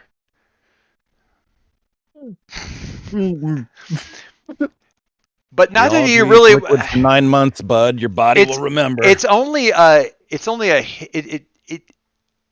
you're not like there's no choking reflex that you suddenly have to deal with, which is a comfort. Your body expects that because there's like this sense of water around you, this sort of tepid, I'm going to say very warm, salty water. and there's stuff floating in it, but it kind of just goes right through the goblin shark. The goblin shark is a function, you realize somewhat, I think, disconcertingly, is essentially meant to keep the three of you together, not to keep anything out, but to make sure you don't go drifting off away from one another more than anything else. But as you go, that sense of the water being there sort of fades away, and it certainly loses some of that bluish tinge and becomes much clearer. You still have the sense that you're moving a bit in slow motion, a little bit, but not much. And it tends to fall away more and more as you go. The blue light kind of falls away. Things become, and you're focusing. Well, Caleb, what are you focusing on? Are you focusing on the world, or are you focusing on Mom, or what are you? Currently, I'm focusing on the kidnapped people because that's Okay. step one. They are priority number one. We save the people, we save ourselves. Okay. So as you guys are sort of descending, the light, I should say, becomes less blue. Okay. And you're descending and you can see more clearly until it barely feels as though you're in water at all, as much as just above, like in the air, but still swimming, kind of a thing. And down below you, very clear on the ground, very much more clear than you typically see even when you're like swimming in scuba gear or anything like that. White sands is what your brain immediately parses the whole thing as you're getting closer in there. White sands with sort of a trail that goes through them that's darker, as you go. Yes, sir. Are we seeing? Let me back up. Are we perceiving color the way we would on the surface at sea level, or are we perceiving color the way we would at the bottom of the ocean? Do you know what I mean? It feels like just you're seeing red. things. Red is gone. Everything is very sort of dark. You know what I mean? Because of which wavelength penetrate. You're not getting. I'm trying to think. Are we actually, in a plane of existence that is at the bottom of water? Or are we in? You're actually less. It's not exactly water. Yeah. You're less oceanic. Like the perception of the ocean thing is sort of fading away, either to become less important or just because it's all essentially a psychic construct, and it really kind of depends on what's. It's just enough for a Perry to be like, huh. As you get closer, you realize that you're not looking at sand; you're looking at snow. And the model, like this whiteness, is really snow laying over like forest. Okay, as you're descending, so you're not really. There's even a moment of kind of juddering insecurity with the goblin shark, because once it becomes clear, I think, to Caleb, oh crap, that's not sand. I'm losing my ocean metaphor. There's a moment of almost losing the goblin shark. And before he's like, okay, all right, still goblin shark. I've flown a freaking whale through the city. I'm fine. I don't need it to be an ocean to use fish. I'm good. And it kind of holds together. But for a minute there's like just this moment of looking down. So you're at like this snow-covered forest with this darker open path winding away along through it that feels like the way you should be going. Okay. Does that make sense? Yep. We'll see if we can't give you a better visual to work with. Well, yeah, like that. Don't like this falling river of blood. Yeah. That's not disconcerting at all. And I'm guessing my bars are completely gone. There's bars. Bars. What are bars? The screen's dead. Like you don't even have. Oh, there goes my bars and the last of what remained of my sanity. That's not true. You have so much more sanity left to lose. It occurs to me at this point in time. Shit. Sorry. Seeing the red stream, the bloody red stream down below Silas, is about when you realize that that's what the warmth of the water around you reminds you of. It's like it's the warmth and saltiness of, that's not water. That's it's not a good feeling. Amniotic fluid. Amniotic fluid. It's amniotic fluid. It's amniotic fluid. Amniotic fluid. Not It's amniotic fluid. necessarily Amniotic better. fluid. Amniotic fluid. Don't know what that is, Perry. We're in the womb. We're not covered in blood. Why are you saying it like it's That's not better. It's Cocoon. It's not The Shining. Can I just say for the record, I think it's fascinating that he thinks shouting amniotic fluid over and over again. No, it's not blood. We're in the womb, as though it's meant to be a comfort. This is how you roll a 6 on comfort and support. Good job. That's not better, Perry. Exactly what I was going for. Thank you. Oh God. No. We're fine. It was the best place to be for like 9.5 months. You were good. I mean, isn't it? Okay. So.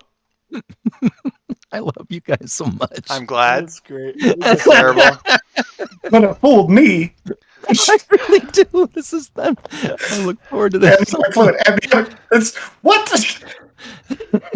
So you're kind of winding your way along with the blood red river stream below you, coming through this frosted forest.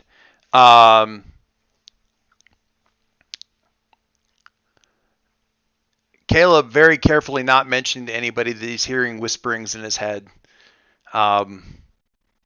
That are kind of encouraging you to continue on. You're headed exactly the right way. Everything is fine. At last. All that kind of thing. What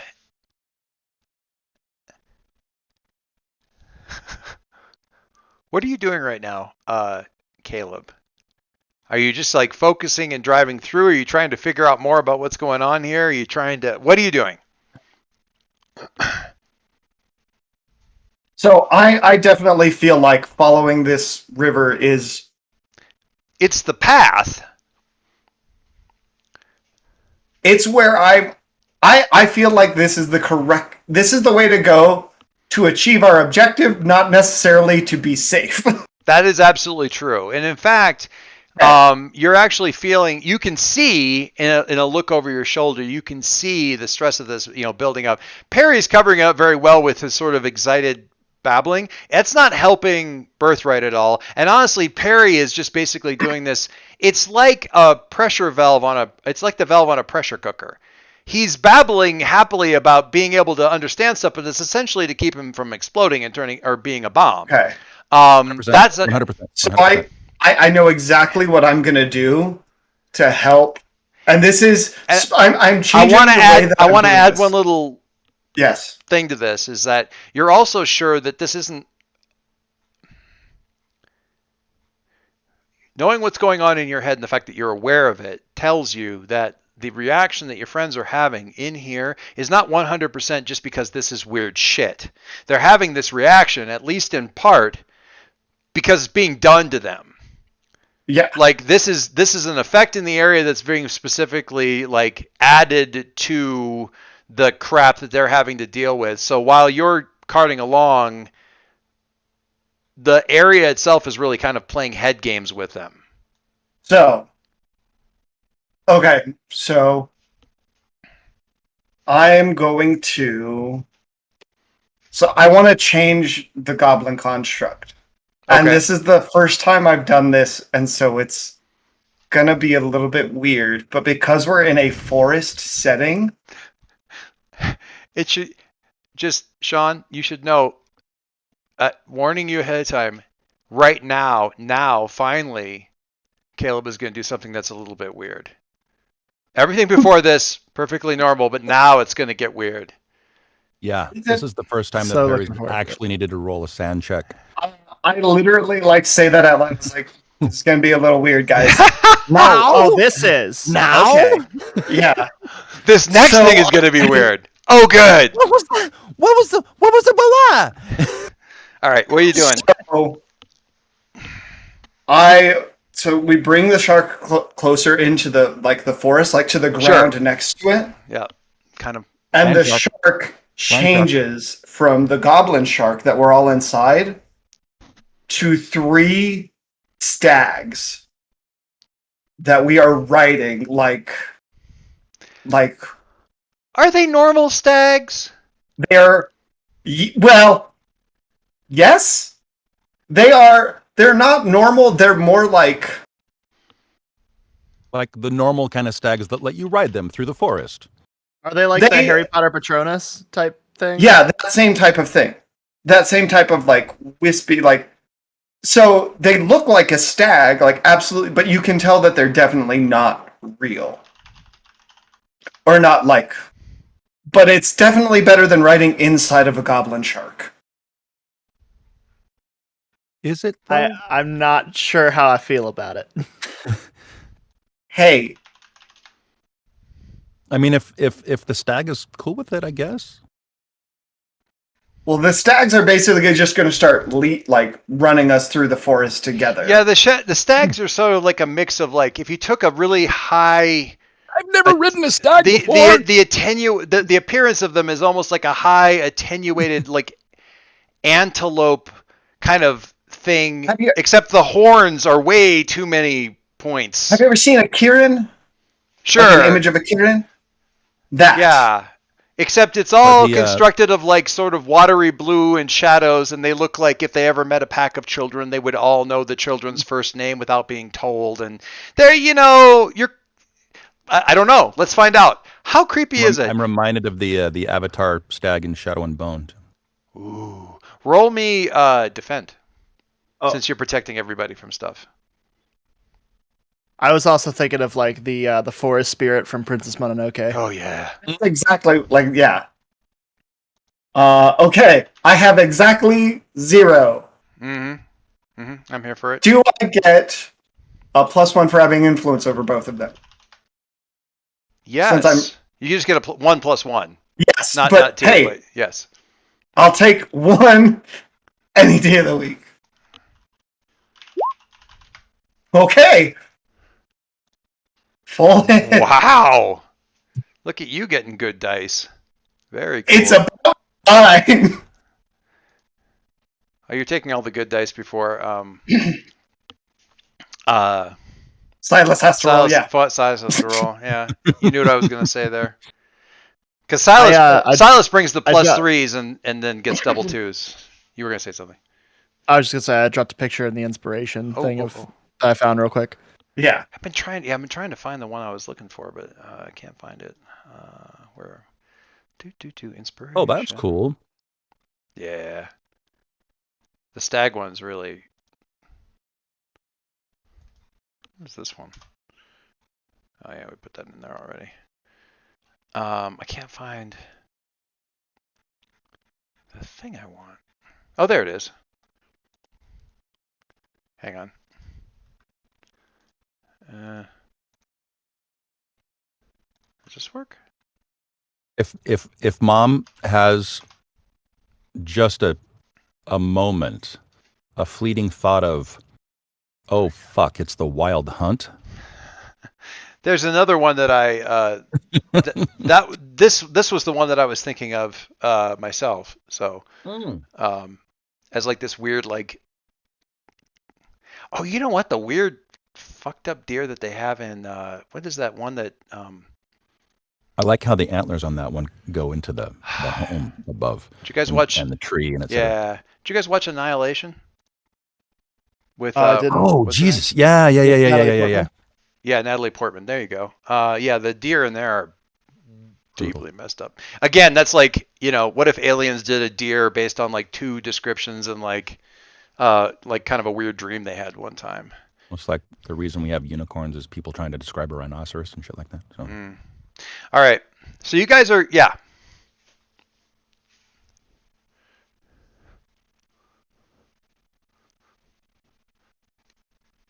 Mounted up, riding this thing, and you've never ridden a stag before, but you're not really riding. You're being carried, by this thing, and the defend. If you believe hard enough and clap your hands loudly enough.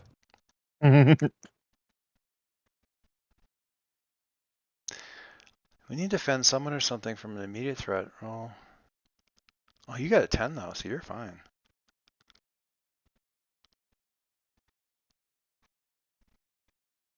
You get to choose one here, Caleb. Add a team to the pool. Take influence over someone you protect or clear a condition.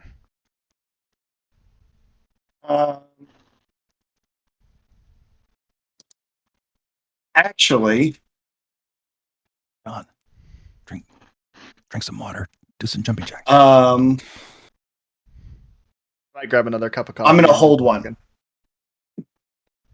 Instead of choosing from the list. You're gonna what? Because I have the passive move from the Bulls playbook, there when it matters. When you defend somebody on a hit, you can hold one instead of choosing one from the list. Spend your hold when they are in danger later to arrive on the scene ready to help. Very cool. Very cool. So I am gonna hold that one so that I am ready to go in case some stuff goes down.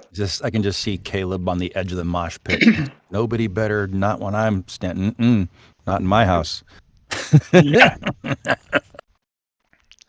I like it. If Caleb ever runs like a venue, he's straight up just gonna stand over the mosh pit and legit summon tentacles out to grab people who are being dicks in the mosh Yoink. pit out. Mm-hmm. And so many people are gonna be like, "Oh, terrifying." Fuck off, Nazi punks. Fuck off. So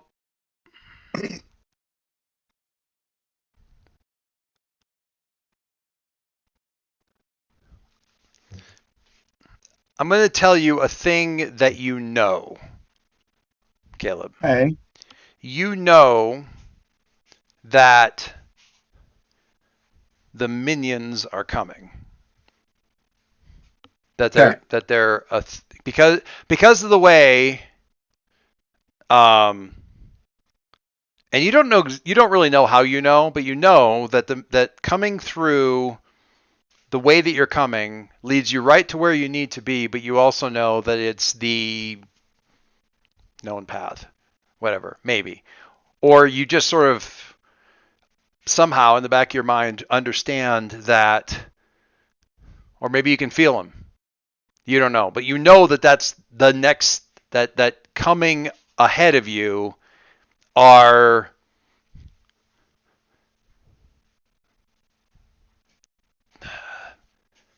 you're not quite sure. This part's a little shaky, but they're meant to stop you. Whether it's meant to stop you specifically or stop your friends or separate you guys or what, and even if any of that's, it may be that they're meant to bring you in chains any further forward. Who knows? But you know that the minions are coming. Okay. All right.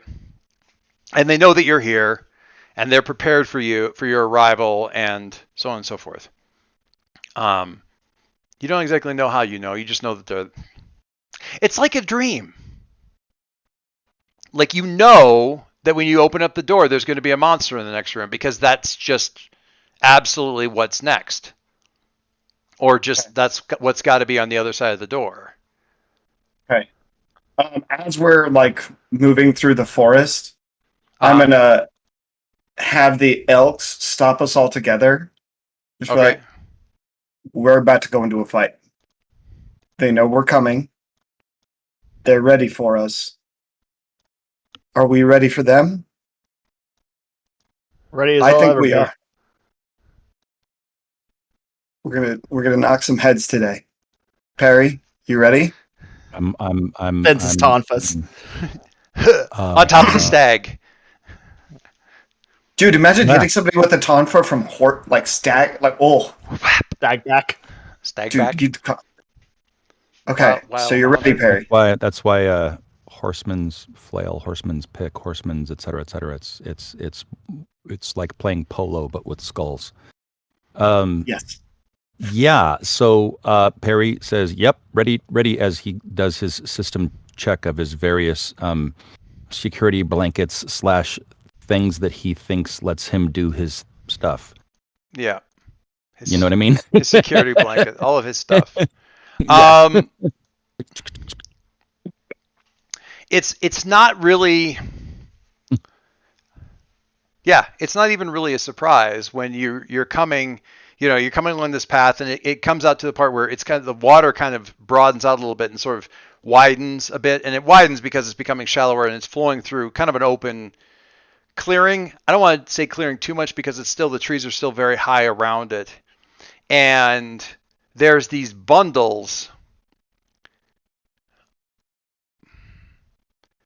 like kind of like your first thought is to mistake them for hornets' nests, like large hornets' nests and stuff, like hanging in the trees quite thickly around the edges of the clearing, mostly at sort of toward down to the other end, but you can definitely see them, and they're not any way to mistake them as being organically part of the tree. They're clearly hung there and not meant to be. And you, like I said, you sort of immediately mistake them as, like kind of like that hornet's nest kind of dynamic, but you're realizing the scale of the thing, the scope of the thing is, they got to be much bigger.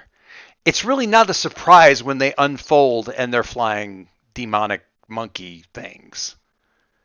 So what we thought was the hornet's nest, the was paper of the hanging upside down, the wings. They're upside down wings. Yep, got it. Yeah, and you're like, okay, that's demons. Yeah, that look like monkeys. Of course, they look like monkeys. Why wouldn't they look like monkeys? As they're coming down, in the midst of them, or walking out of the trees. Wait, these things that just unfolded look like the monkeys?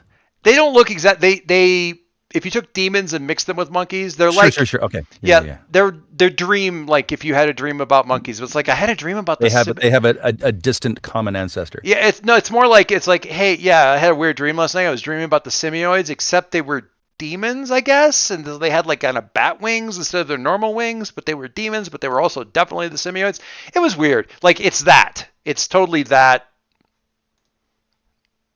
dynamic, I guess you want to say. I love how we're falling further back to the spiritual successor of the Semioids, which was the flying monkeys from Oz. Yes, except clearly all comes full circle. Remembering how I felt the first time I stepped on shore in American Samoa and realized how big fruit bats are like the flying fox fruit bats they look like a dog with giant bat wings. What? Flying fox are big. Yeah. And of course, this thing's walking out of the trees. Fantastic! Because why would love that? Be? Yeah. I'm not going to do the demon bats because whatever. We don't have a model for that. Perry gets to work. So immediately. Silas, what are you doing? A little bit more careful with what I dream up in Hero Forge. So yeah, Silas is gonna immediately activate his wing pack and fly off of the things and just do like a coming down Superman strike with the Tonfas on the first one that he sees. I just love the idea of just like poosh, woof. Finally, something I can hit. They're like the Falcon wings, where they like come out of the backpack. Yeah, I love that. I love that whole dynamic. I love everything about the Falcon. I just now noticed that you left the chalk in the teacher's hand on this miniature, and that's fantastic. Also not accurate. Because you guys have the chalk. All right, so yes, she has more chalk. It absolutely fits with everyone's memory of, well, at least with Perry's memory of how that happened. Oh yeah, but yeah. I like how you put a caveat on that. It's like, well, it's everybody's memory. Actually, I really can't speak with any kind of authority whatsoever. I have no idea what you guys remember. This is what. It's totally fine. All right, so yes. Why don't you give me? Well, it's clearly a directly engaged. So why don't you give me a directly engaged and tell me how that's going to go? Why don't I do that? I'm not dramatically under fire, am I? I mean, it depends on how far you wade into these things. Are you really just immediately going for the deepest pack? You mentioned one, but do you really just get in there and just 100% aerial melee these guys? All right. Yeah. Oh, thank God. Yeah, just this kind of oh, sweet, merciful, I finally get to punch a thing. Yeah, why don't you do directly under fire or the thing? That's going to be a full hit. Ooh. Roll savior. Are you get to roll savior for that? I thought it was mundane. I don't know why I thought that. It's savior for that. Nice. Why is it only a +1? That's weird. Oh, I know why. Oh, because insecure. Which Oh no. shouldn't apply for this thing because it should apply to the move, not the stat. Right. But it's coded to apply to the stat. Got it. So it should be even a 12. Or wait, what's your superior or your savior at? Is it a 3 or a 2? It's a 3. It's a 3. Yeah, so it'd actually be a 12. Yikes. All right, cool. Directly engaged then. Roll plus. Can I ask a question before Yes, sir. we go into this? Yes, sir. Are we starting a fight and doing the Yeah, we can absolutely team do that. stuff? Okay. We can absolutely do that. I just want. I'm mostly that's just so I understand what is happening. Yeah, normally So, you could do it. I don't know, for whatever reason, I tend to do it right after the first move for some reason. Like there's the big thing, and then like, okay, guys, what do we got? Sometimes it's more ahead of time. When you unleash, okay, so sorry, pick 2, resist or avoid their blows, which is obviously nice because you're not picking up, conditions. Create an opportunity, impress, surprise, or frighten the opposition. That might be really cool too, honestly. Yeah. I think it's going to be to surprise the opposition and create an opportunity for my allies since I get to pick 2. You're not going to resist or avoid their blows? All right. Hey, man. I can take a hit. It's good. That's all. That's all right. All right. So we're gonna.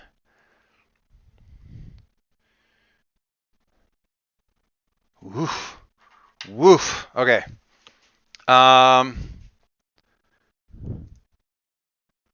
Actually, I might take resist or avoid their blows instead of impress and frighten. So I'll take resist and avoid their blows and create an opportunity for your allies. Nice. Okay. The one thing, and I mentioned this more as like, hey, you guys, some of you are GMs and might end up rolling this, and I didn't realize this until about 2 years into running this thing. Impress, surprise, or frighten the opposition. If somebody picks that, is a way to give somebody a second condition off of the same thing, so you can actually hit them for 2. Interesting. Yeah, because frighten, right? Impress, whatever. Afraid, you can give them. Yeah, you can give them afraid. You can give them. There's a lot of different conditions you can talk about, but that's the option for I want to hit them extra hard. And it took me rereading the book, I think a third or fourth time before I looked at it and said, "Wait, you can do what?" And because one of the options there, this might cause a condition, and I'm like.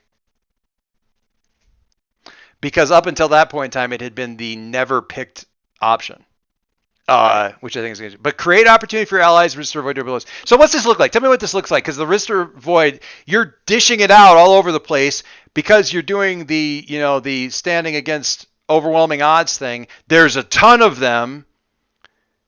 So you're in a hurricane of flying demon bats, monkey things, but unscathed. So say more.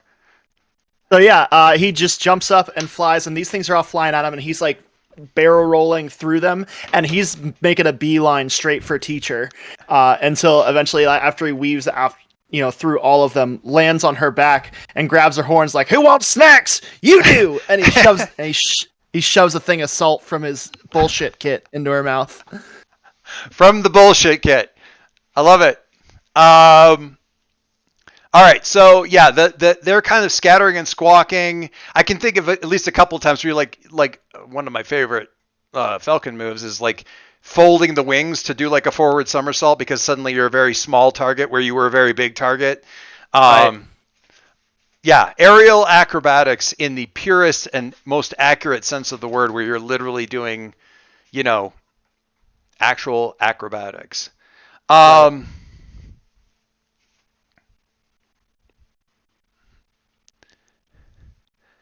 So yeah, you're on top of Teacher, kind of like this. You're shaking stuff. The thing, she's spitting and flailing about, and there's demonic spittle flying everywhere. Some of them are coming this way. She actually screams, "Get the chalk! Get my chalk back!" Oh shit. I like that. Oh shit. And so they got, the ones that were coming all kind of wheel. The other ones kind of drop. And it's like one of those starling murmurations, like the big kind of cloud that seems to be moving kind of into thing, and they're all kind of whirling and coming down, kind of at Perry, because the chalk has a smell. So there's a couple opportunities that are presented here because Perry's like, okay, hey, and you can see there's a big thing. The other opportunity, Caleb, nobody's paying any attention to you. Silas is right there. He's right in the thing. The bats are all. You're the one that they're supposed to be, but you got a clear path back through the opening the teacher came out through this thing, straight through. And this is, you can go right past these, the whole resistance, you're going to go straight to home. I imagine that was the opportunity I was creating for my allies.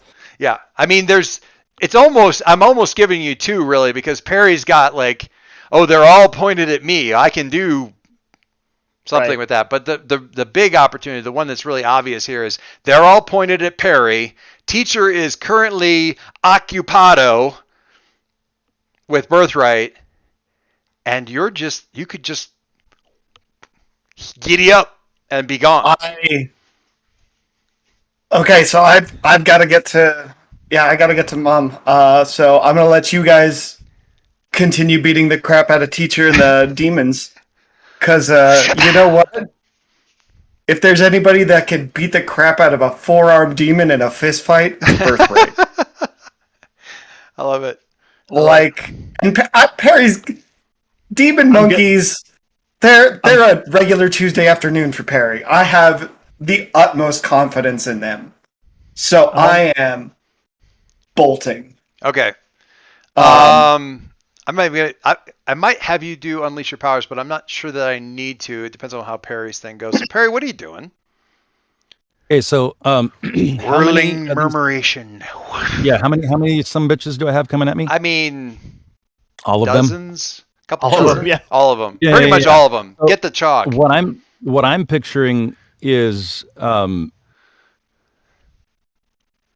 trying to get the chalk. Yeah, they're coming straight at you. And they're flying things. So I'm picturing like oversized tennis rackets, except the strings are portals, so I can just go, you're gone, you're gone, you're gone. I mean, if they're coming straight at you, so you get it. Good. You just wait. It's like, come at me, and there's a portal in front of me. Psych! It's like you're doing a good. You're doing a portal do like a portal matador, like. Yeah, that's exactly it. Where'd they go? I didn't open up the other end yet. All right. I think we're still on. Ooh, this is going to be tricky though. I think we're on directly engage a threat, which is going to make things very. Oh, let's wait. Yeah. Now? So I'm curious. Do you think? I'm leave this up to you guys. Do you think we do facing a foe do the team thing because you're splitting up? Absolutely.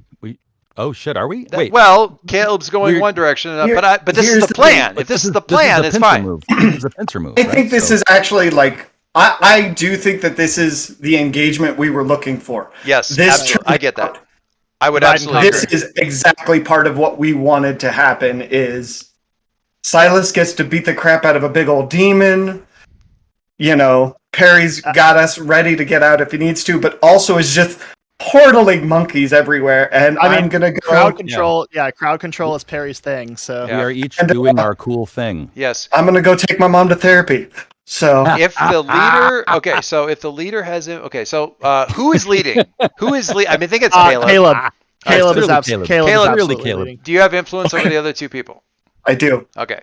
If everyone has the same purpose in the fight, it's complicated, but I would say that this is the plan, as you said. You guys we're all doing different stuff, but the plan is this essentially is what we wanted to have happen. So yes, it's the temporal pincer move in the movie Tenet. If you have seen that. Oh, I need to see that movie. I haven't seen it yet.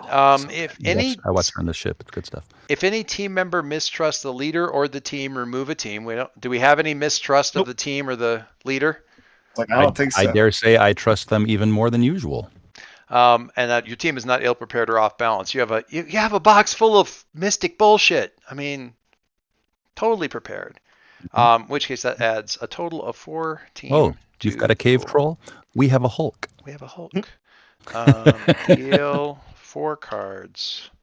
I did Legolas that bitch, so like, Yeah, it's fairly accurate. Here we go. We go like this. Put you over here to the side for now.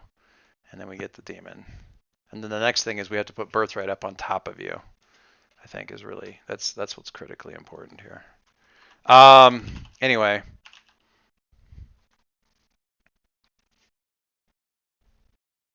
There we go. Whoops. he big. You know, not quite that big, but send the by. If you right click, you Oh. can to back. Not that I far. went too far back. Any slices? There we are. Lovely. Perfect. Yeah. That's so good. Yeah. And you're just randomly grabbing, like you're reaching your backpack. It's like, I don't even know what this is. Wolfsbane. Fine. Ugh, maybe Really? Shove it in a nostril. I'm texting a picture of the figures to Mo right now. Oh my god. I thought Revenant was texting the choir teacher. I'm using him for this. Anyway. All right. So I think My God, it's brutal. I Perry. love the size discrepancy between Ferdinand and doing this so great.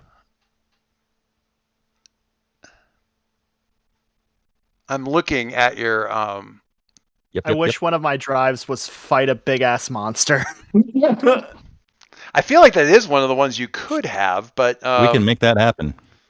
Well, he definitely has a like a memo pad where he's gone kaiju fight. Check. Were you looking at my moves? I was looking at if you had anything to let you kind of do something tricky with directly engage. The only thing.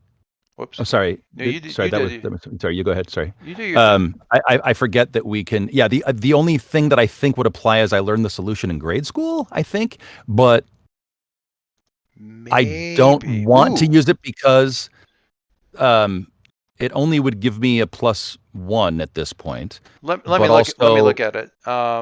Wait, you keep flipping the tab. Let me look at this thing. I'm sorry, I was looking at Perry's notes because they always make me laugh. When you unleash your powers to extend your senses or overcome, yeah, and that's not really. I learned the solution in grade school. You're rolling danger, and that's not really applicable. Right. So anyway, And I like I say, most of my things are either it's like roll savior or superior instead of freak. But it's basically it's a wash at this point because I'm just so fucking good. yeah.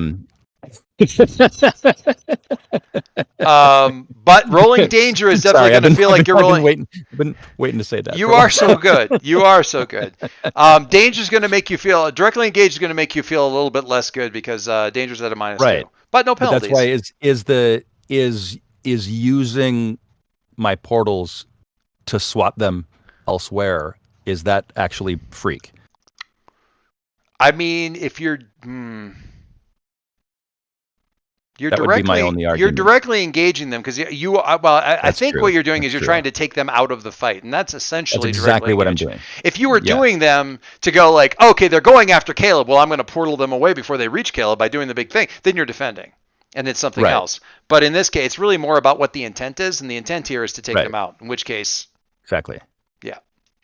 So Danger. so we're saying directly engaged. I think it's directly engaged, which means danger, which means Damn it's it. just tricky. There's a lot of them, Yeah. No, that actually that makes sense because, I mean, and you. I may have lain in bed staring at the ceiling, imagining swatting demons out of the sky with giant portal rackets, but I've never actually done it. Yeah. So you've got So- you've basically got like you create the portals like Yeah. you're gripping the edge ring, like they're great big dream catcher kind of things, really, and you're just got a grip on it, and you're swinging the portals. Yeah. I'm basically as effective as oh God, which movie is it where they get in the fight in the bowling alley and there's just one guy that's got the thing stuck on his hand. He's just swinging it around to keep everybody away from it. It's a non-standard application of the ability. Let's just put it that way. But yeah, go ahead. Let's see what we got. Danger. Situational bonus or penalty? No. Nope. Oh. Okay. That's okay. Wah, wah, wah, Sounds wah. like somebody's marking potential. Wah. Yeah. That's, Oh yeah, I always forget to do that when I biff. So on a miss, it's a mark potential. Yeah. Yep. Okay, so you get the thing up, and it absolutely Not in the face. Yeah. it absolutely works up to a point. Right. The problem is, Too many slices. yeah, There's basically, too damn many of them. yeah. So you're doing the thing, and you sweep them in like and where are you portaling them? I haven't decided yet. They're just in there. But then, like There's some are nothing in here but bees. some of them. They're in a temporal nexus somewhere. Some of them, but some of them see what's kind of going, and they kind of go around. You know, they're swerving around, and there's just a what am I thinking of? Oh, I'm thinking of Thinking of a bag of kittens. this is the second or third Matrix movie where the guy's in the mech and he gets basically like swarmed by the whole swarm of the squids. Yep. It's kind of like that, except they're tackling you. Like so. Dog pile on Perry. Yeah. And I think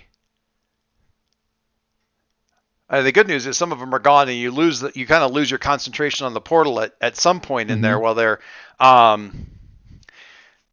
Were you doing the portals with like a sort of like bracelet tech or something? I like the idea of it being like it looks like you're holding them, but it's actually the bracelets. It doesn't matter. Yeah, I mean, yeah, and the yes. But yeah, they start to get you from the side, so you're fighting. You're like you kind of scoop some like thing, and you know you got a portal down over the top of one of them, and you're grabbing the bottom like get in.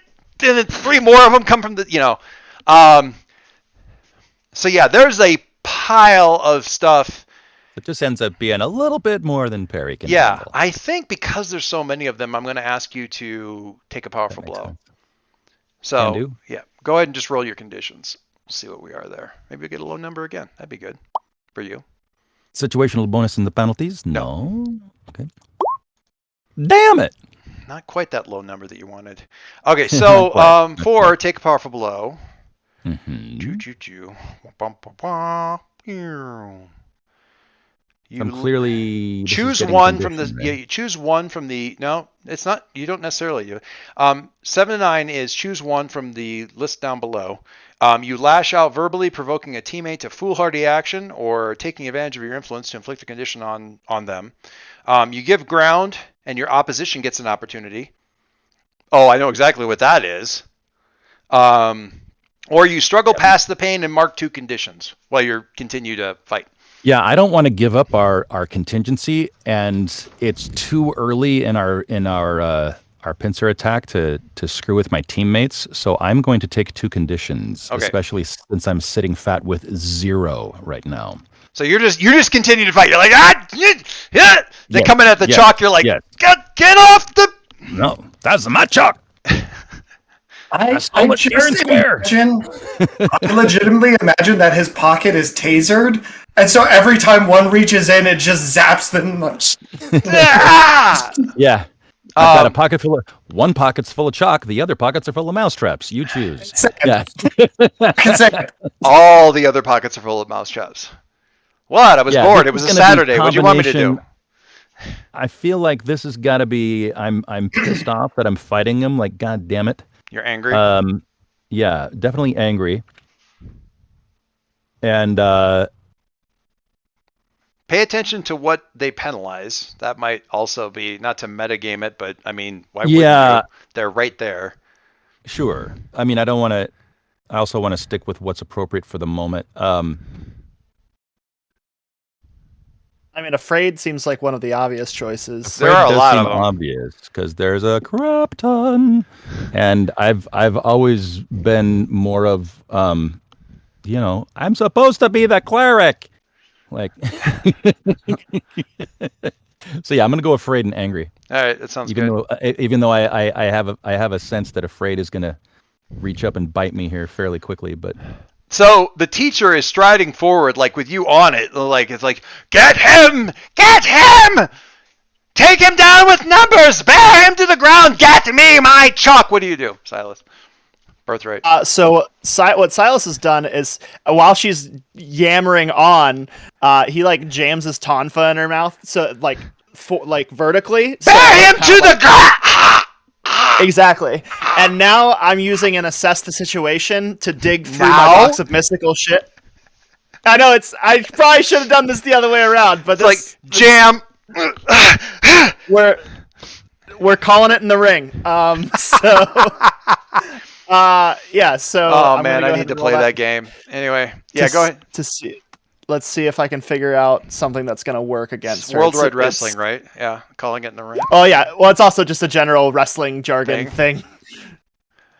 Whew. All right, Spirits. That gives you one question off of the assess the situation. Yeah. What here in my box can I use to neutralize teacher? Oh, okay. There is a like a charm bracelet. Okay, that's just mixed in with the stuff. It does. The class doesn't work anymore. But something that was in the sort of the briefing stuff that Caleb got there, you know, he was kind of like titling off. Well, you might be able to use this. You might be able to use charm bracelet equals binding circlet. Circle / circlet. Charm bracelet equals binding circle / circlet. And then the next line that you realize as you're grabbing the thing was in parentheses after it, if you squint. You're not exactly sure what that means. We're gonna find out. We're gonna find out. Also, it doesn't seem like it's really big enough to get around this big thing, but we have surpassed the fuck around stage and are promptly arriving at our next station of find out. All right. I think this is where you roll mundane to do a thing. Maybe. I mean, are you gonna let me do that right now? I think so. Yeah. Okay. You can find sure. out the thing. Yeah, we're not on turn-based time. This is a thing. So wait a second. Let me double check here because I want to look at. That's not it. Let you roll mundane. Yeah. So I think roll mundane to directly engage, but you can also take a +1 forward on it. From the assess. Right. But I also get an additional. Well, I'll let you decide on this. I did the game face thing, and the goal I'm directly pursuing is defeating Mother. But I don't know if this ties in with that or if this is a side thing. Okay, so I'll let you decide if I get the +1 for that. Take +1 going to all rows in direct. Yes. Oh my God, that's a lot of. Well, okay, yeah. So you're adding 2 onto your mundane roll. Functionally. Yeah. All that's happening. That's a full hit. That's a full hit. So here's what I do. So I pull out the bracelet and I kind of jump and extend my arms and I get it around her neck like a garrote and I just throw my weight backwards to try and pull her down to the ground with it. So it stretches. It like expands as you're grabbing it. It's like, and you're like, okay, whoa, and then it stops at the appropriate length for all of this. So yeah, full hit on a directly engage. You go look at those options. Figure out what you want to do there. I got to grab a thing here while I am looking for stuff. Where did I go? Oh, I wanted to stop that. I got to upload a picture here.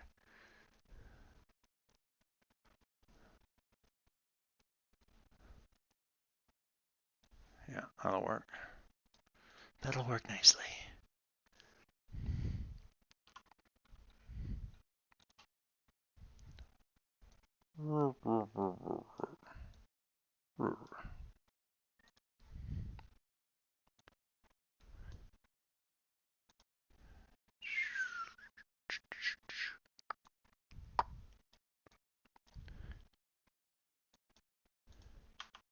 She's still a little bit too big, but she's shrinking and she's de-hulking. shifting. She's de-hulking. What do you want to grab off the options there for directly engage? I want to first of all, I'm going to frighten the opposition, because Oh, I like it. yeah. So you're going down, bitch. And then if there's anything that looks like she might be able to use against me, I'm going to take it. You're taking her ability to give commands to the monkeys. There you go. That's as he's showing. He's like, that's enough out of you. Is Metaphorically she speaking. thinking with the tonfa still in her mouth? No, at some point in time that probably would have fell out because she was shifting. I just think it would be funny if the tonfa shrank with her and still kept her mouth open, and that's what was... That would be a Mortal Kombat fatality. Yeah, that would honestly, be yeah. too much. The head would split. But, the choking, honestly, she's bound. Whether or not she's actually choking, she can't speak past this binding thing. She can't command her minions. Literally, metaphysically speaking, she can't command her minions. The power cannot pass this barrier that you've put around her throat. So that's... Can I Go ahead. Can I count that as taking down a threat all on my own? Yes. Check. Yes. You did do all three of the conditions to her at this point. Yes. So. I sure did. I love that happened. That's amazing. That was fantastic. I told you, I had complete faith in Silas beating the crap out of a giant four-armed demon. I'm glad somebody did. Are you kidding me? I'm the only one here who's actually been punched by you. Yeah, no. I don't want to deal with it. I know how much it hurts, and I am an eldritch entity of some stupid thing. Like, no, it hurts. It's not fun. Speaking of which, what's going on with Caleb? The only thing that she manages to choke out is mercy, mercy, mercy, mercy. Well, I'd love to postpone, darling, but I just cashed my last rain check. Oh my god. She's like actually kind of like weeping a little bit, like just What a world! What a world! What a world! Yeah, okay. The monkey demons are fleeing and off of this thing. All right, back to Caleb. Well Wait, spotted. did it flee off of? Did they flee off of Perry? Yeah, sorry. Did I say? Yeah, they're fleeing from. So follow-up question, sir. Yes. Did I just save Perry's life? I mean, if you squint. You don't have to. Yeah, you don't have to give it to me. I'll pretty save that for a more overwhelmed. dramatic one. And it also say if you look at the idea. Look at the notes page on Perry's sheet real quick. I mean, and you'll see what I was planning next. Which was what? If it prevented you from doing something ridiculous, then yeah, you probably protected him from himself. That's what I'm thinking. Is that you? Yeah. Fractal. I'll let you decide when that being one, swarmed Doris. by too many demon minions, I learned the solution in grade school. Turn the portals on myself to replicate myself into the current space and even the odds.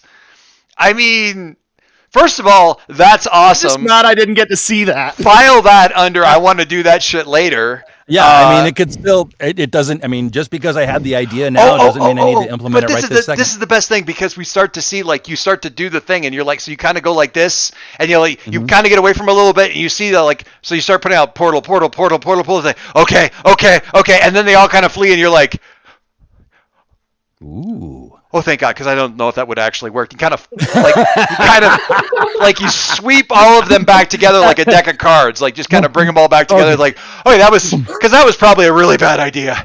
I'm gonna need. Everybody watching the show is like, the fuck did he just almost do?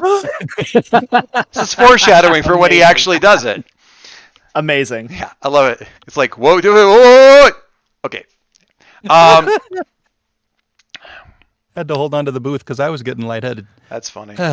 All right, so What the hell where did I put? What did I almost do? Where did I put? Everybody at home. What the hell did he almost do? I love that. I lost. I lost. Where's Angry Caleb here? I get Angry Caleb. Got Angry Caleb. It's appropriate that I have the angry condition too. I mean, yeah. I've had that condition for almost every game. I've got my D&D combat playlist going on my side, so these scenes whip even harder. Dude, that's awesome. And then we have the thing that we were talking about that Caleb wasn't paying attention to earlier, which is. I'm actually kind of glad I wasn't paying attention now. Can we go back to yes? Birthright saved Fractal's life. I think so. If he gets Yes. he gets a Benny for that. If I think it counts. If you haven't marked that yet, I think that definitely. And that's my fifth advancement. Given the spin we put on what Harry didn't do, and the fact that you just caused all of the demon minions to fail a morale check and depart the field, which is the very clear sense I got of what just happened. Yeah. I don't like this game anymore. I'm gonna go home. Bye. Oh, mom's dead? I'm out. Yeah. Taking my marbles and go. I think you got the words wrong there. It's mom's out. I'm dead. There you go. There you go. There you go.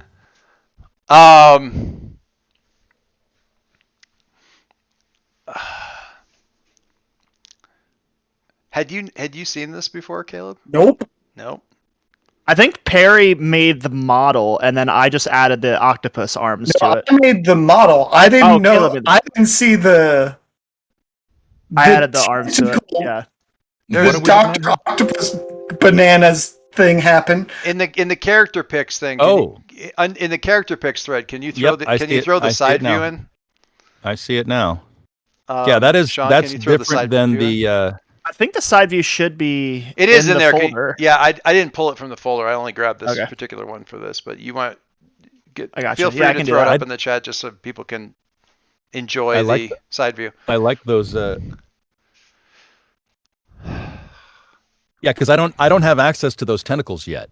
I have the. I had done a little fussing around with that model, but mostly just with like some subtle shading and stuff using decals. Yeah, so definitely got to go around and take a look at that bad boy. That's really cool. Is it in character picks? Oh, I should have dropped it there. Whoops. Where'd you put it? If you put it someplace else, that's fine. Just dropped it in the game thing. All right, and cool. That's not terrifying at all. Oh, in game, yeah. Oh God, that's some good stuff. See if I can find my current iteration of her. It's very, very subtle changes. I like it. I like it a lot. I'm sure Caleb likes it too. The connection. Andrew loves it. Caleb, not so much.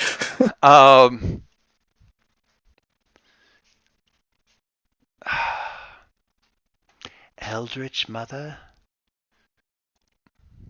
So yeah, you're riding through the forest on the elk thing. Elk, the Eldritch elk, the Caleb elk. And the trees, as you're moving, you're kind of they're blurring past you and stuff, and they kind of shift. I don't know if any of you guys have an Apple TV, but there's a thing where the camera is moving through a forest, and this kind of blue tinted forest, and then a fish goes by, and you realize, oh, it's not a forest, it's a bunch of very, very tall kelp, and we're underwater. Oh shit! Okay. It's honestly a really, really cool screensaver, and probably one of my favorites. But there's some sense of that, Caleb, as you're going through here, like the shifting, and really you're back to being in sort of this oceanic imagery. The thing you're on is more of a fish than an elk. It's more of a seahorse. It sounds awesome, except if you see those things actually move, riding one sounds like it would be awful. Um, Hang on. but you're riding a thing. Can it be a frilled shark? Sure. Okay. Frilled shark. Frilled shark. You guys are gonna. I know way too many of these things. Oh, If there was a that- if there was a pie chart of like what game time was taken up by, it would be like 20% Doyce googling things that Andrew says. No, not 20%. 5, maybe 10. It's But about frilled 10, I sharks think. are cool. Frilled sharks are like, what if we took a shark? It's like, what if shark, but more eel? Yes. Like, god dang. They're also they can be up to, I believe, 9 meters. Oh, I love it. God That's dang. too big. 9 It's too damn big. meters? You guys should absolutely 9 go look up. meters? I think the largest was 9 meters. You should absolutely That's go not look at the the average. picture of this thing because this thing is Jesus. freaking amazing. And the reason they're called frilled is from their teeth. Look at the freaking teeth on those things. They're weird. It's like if somebody took the hooked side of Velcro and said, "What if that tore meat?" Yeah. God. All right, I love it because you're on that thing, Damn, but you H, come I'm out in, scary. yeah. Oh. Sorry. 2 meters. I was thinking like 2 to 3 meters. I was thinking 9 feet. Oh, gotcha. Okay. But still, feet 2 to was 3 the meters. longest. That's I more was than about to say enough. that's too damn big. The one I'm looking is 9 meters. So in front, waiting really is this. Is it your mom? It's this thing. Hello, Caleb.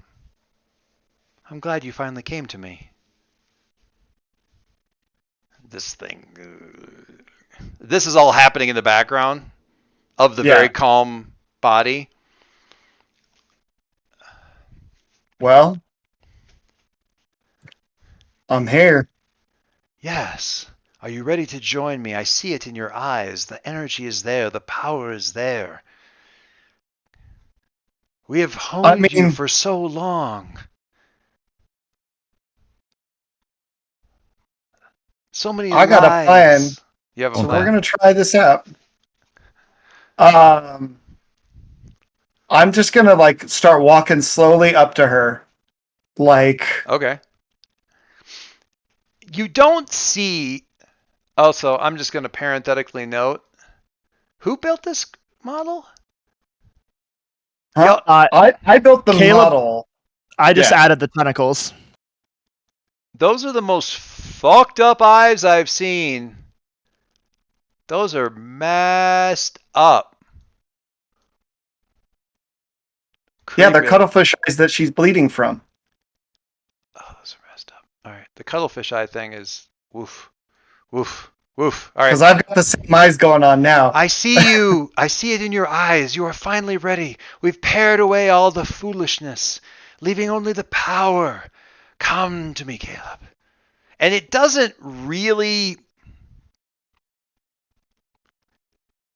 In the past, when you've had these dreams about this kind of thing, which you realize you have had and just never really fully processed it, it sounds like you're what you imagine your mom to be. You've never really heard your mom's voice, to be perfectly honest.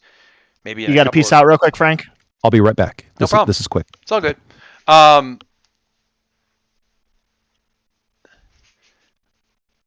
This doesn't it sounds like somebody trying to sound like a woman. Whether or not it actually sounds like your mom, it's just a.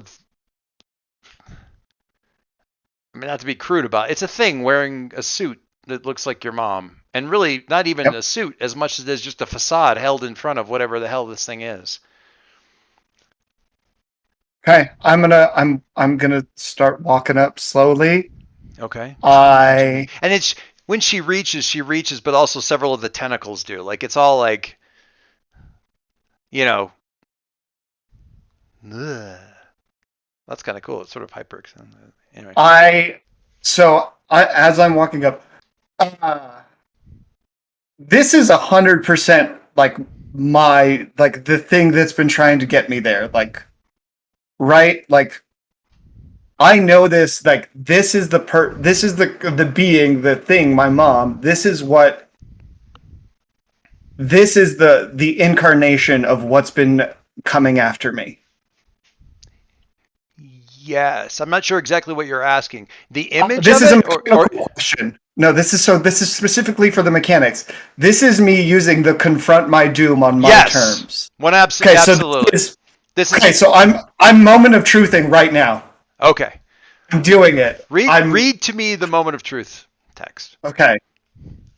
So I have to find it again because the doomed one reads kind of morbid.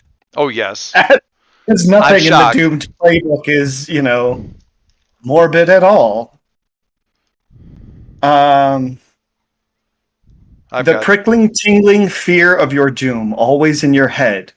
It holds you back most of the time, but right here, right now, it gives you the confidence to do anything. After all, what's the worst that could happen? Is it worse than your doom? Do impossible things. Do anything, but mark a doom sign after you're finished. Now, with that said, you also have the advance. You took the advance. Unlock your moment. Confront your doom on your terms. If you survive, change playbooks. Yes. I'm just looking at this one thing. Oh, what's your new playbook gonna be? Now oh, I know exactly what it's gonna be. Oh, don't even tell me. I know exactly what it's gonna be. I don't even know what yours is going to be. Nobody tells me anything. Oh, you don't? It's a surprise. Yeah, that's what makes it so much fun. Yeah. Because you're going to go, what the hell? How am I supposed to work with that? No. All right. So yeah, you're sort of simultaneously confronting the doom on your terms and doing the moment of truth. So yeah, they reach out, and do you take her hand, let the tentacles, any of that kind of stuff? I walk up to them, and I'm crying, and I give them the biggest hug ever, and I whisper into this creature's ear, "Stop wearing my mom as a suit." So So you know how I don't use the vitality absorption power ever? I then absorb everything. Oh my! And rip them from this reality entirely.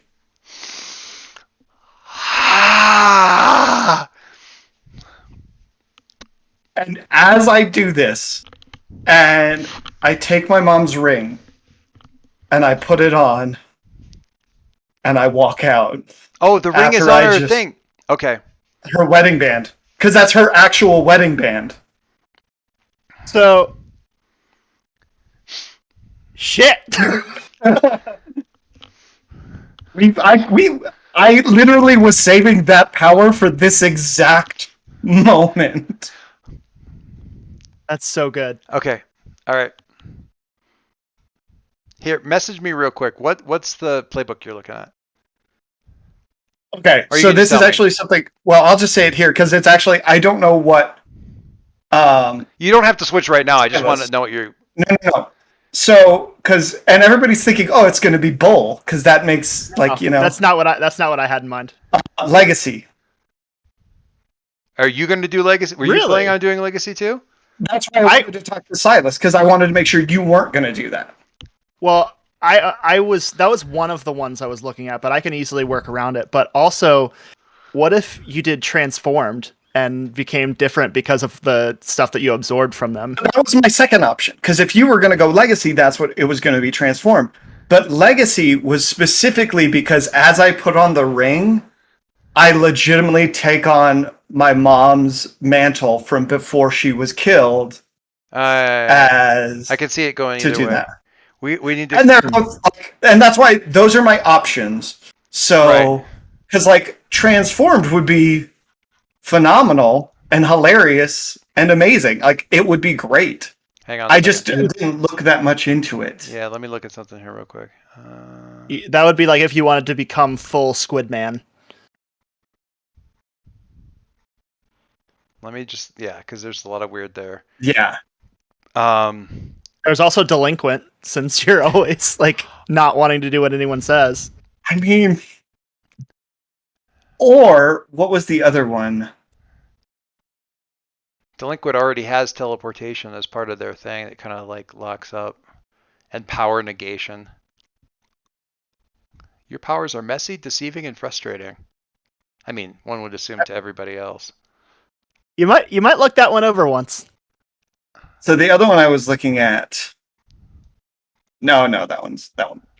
Hang on. So yeah, my top three were like legacy, transformed, and I mean bull makes sense for my character. Just Your mode, yeah, but but well, like for the way he like functions, I don't know. I'm mostly I wouldn't have picked bull for you at all, to be honest. Like I Well, know that's why that I kept taking bull playbooks because they made sense, like moves Right. from the bull playbook. But being an Yeah. actual bull, yeah. I don't want to distract from stuff that's Okay. happening right now. In any case, I think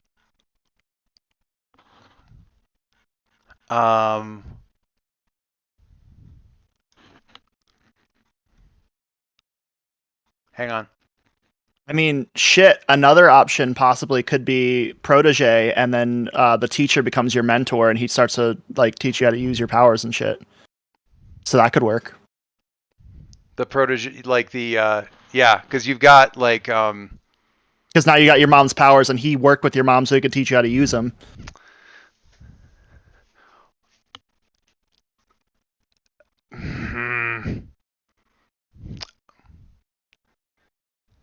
Well, let's finish the scene. And I haven't. So this is what I was asking about this because of a thing.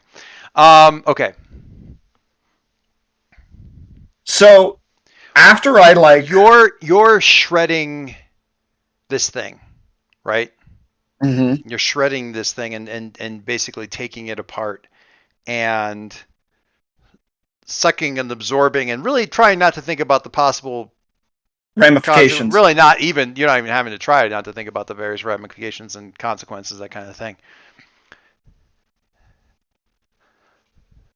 Somewhere in there's a light. There's this moat of just still golden light that's still there, trapped in amongst all of this other muck and whatever the thing is. And even now, as you're tearing this thing to pieces, you're like, am I getting all of it, or am I getting the tentacle that's extended into this world? You know what? I don't care, because I'm tearing it to pieces, and it's going to be gone from this world, and that's done. That's enough. But the moat, what do you do with or for or to that? This moat of light that you think is probably the last little scrap of. It feels. You know what? I'll tell you. Even we're going to give you just a little bit of a moment here. If you focus on that even a little bit and look at it, you're kind of pulled, and you're pulled into it and through it. In the same way you kind of pass through that window and realize it's a fake, you're pulled into that light, and you're in the kitchen in your old house. And it's not the whole house.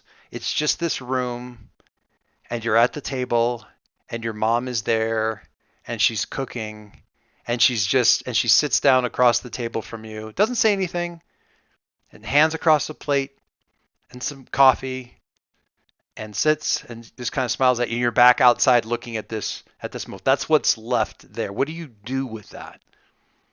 I want to take that in. Okay. And protect that now with everything. So I'm gonna like just pull that into the core of my being. Okay. Like I want to pull that just into the center of what I am. Okay. All right. So we see that, and we see this thing scatter, and the ring kind of floating down through the water, slowly, and you kind of grab that, put it back on the finger, and walk back and away from this thing. We'll figure out the rest of it later. That's a whole different thing.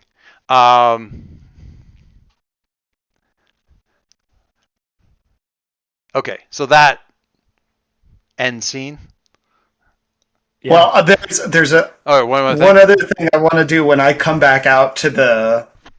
So I come back out to see everybody, and I'm sure there's a noticeable change in my power level, like Sure. from all of this, like. And also a change to the It's- power to a certain extent because it's always been influenced by this thing that you just shredded. So Yeah. So I'm gonna walk over to the teacher, and I'm just gonna stand right in front of them, and I'm gonna show them the ring on my finger. And I'm going to look her dead in the eyes and say, if you ever come to Halcyon City again, for any reason, at any time, what I did to your master, I will do to you. You get one chance. Leave. nice. Yeah, I mean, if Silas releases her, she will just scramble and flee off into whatever the not forest thing is. Yeah, I mean, he kind of would have backed up from her as he saw Caleb walking up. And as she runs off into the knot forest, I kind of look up at Caleb and I'm going to be like, so I'm guessing that we won. And I'm going to just kind of mess with the ring on my finger.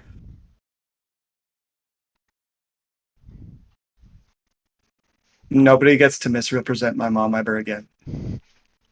I'll take that as a yes. We're going And I'm home. sorry. I'm sorry about the stuff I said about your mom. I, of course, was talking about the other thing. How? You were talking about the thing wearing my mom as a suit? Yeah. Yeah. How, I didn't know that was a thing. I'm sorry. It's all very confusing. Yeah, there's a lot. You don't have to apologize, man. Okay. I see you kick the crap out of her, though. Told you Yeah, you I would do did. it. Yeah, I did. Yeah, I did. I'm just gonna double high five, right there. Just Yeah. all right. All right. I'm already at the celebratory food part. Did I start too early? I mean, It's never too early for okay. food. We're going home. you're gonna want to replay the showdown with Caleb's mom. It's pretty I good. absolutely Oh, love it was so good. Aside from our little tangent about which playbook are you switching to? I have a thought, incidentally, for. Oh, was this whole episode Caleb's moment of truth? Yeah. Essentially, yeah. You're gonna want to see that. It's pretty good. It's so good. It's pretty good. No, it's very, very good. Yeah, just figure Perry was off in the I'm corner. gonna be figuring honest. out I how to- really how to make appreciated that your guys' reaction. Oh, sorry. fractal Perry thing work. So yeah, that tracks. All right. I All can't wait right. to watch So we're gonna, we'll just get back to you guys, kind of like arriving back in the Sanctuary. back in the sanctuary, and just kind of looking around.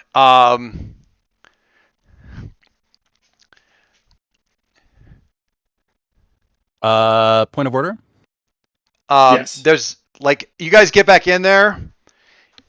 Did we save the people? Yeah. Yes. Okay. That is actually happening right now. Which we'll get to in the next scene, but Sure. they weren't there to be seen, but they're walking back out of the Sentinel Plaza. Also, Sentinel Russian. Plaza is getting a lot less creepy. Right That's about cool. now. Yeah, which is pretty cool. We'll get to that in the next thing. Silas, you've got bars. Yes.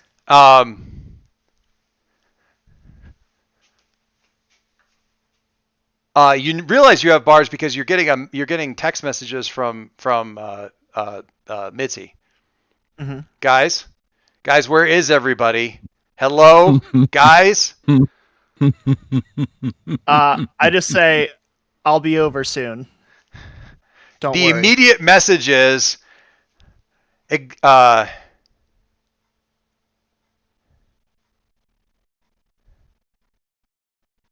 Exemplar Tower just fired a rocket into space. All caps. Is that the last frame? That's the last frame. God damn it! I need to unleash my powers. Like powerful blow. Welcome to the NASCAR driving school. Okay, and that's where we will stop. That's an amazing cliffhanger. That is Uh, an amazing cliffhanger. Well done, sir. Anyway. Oh, well, that's not right.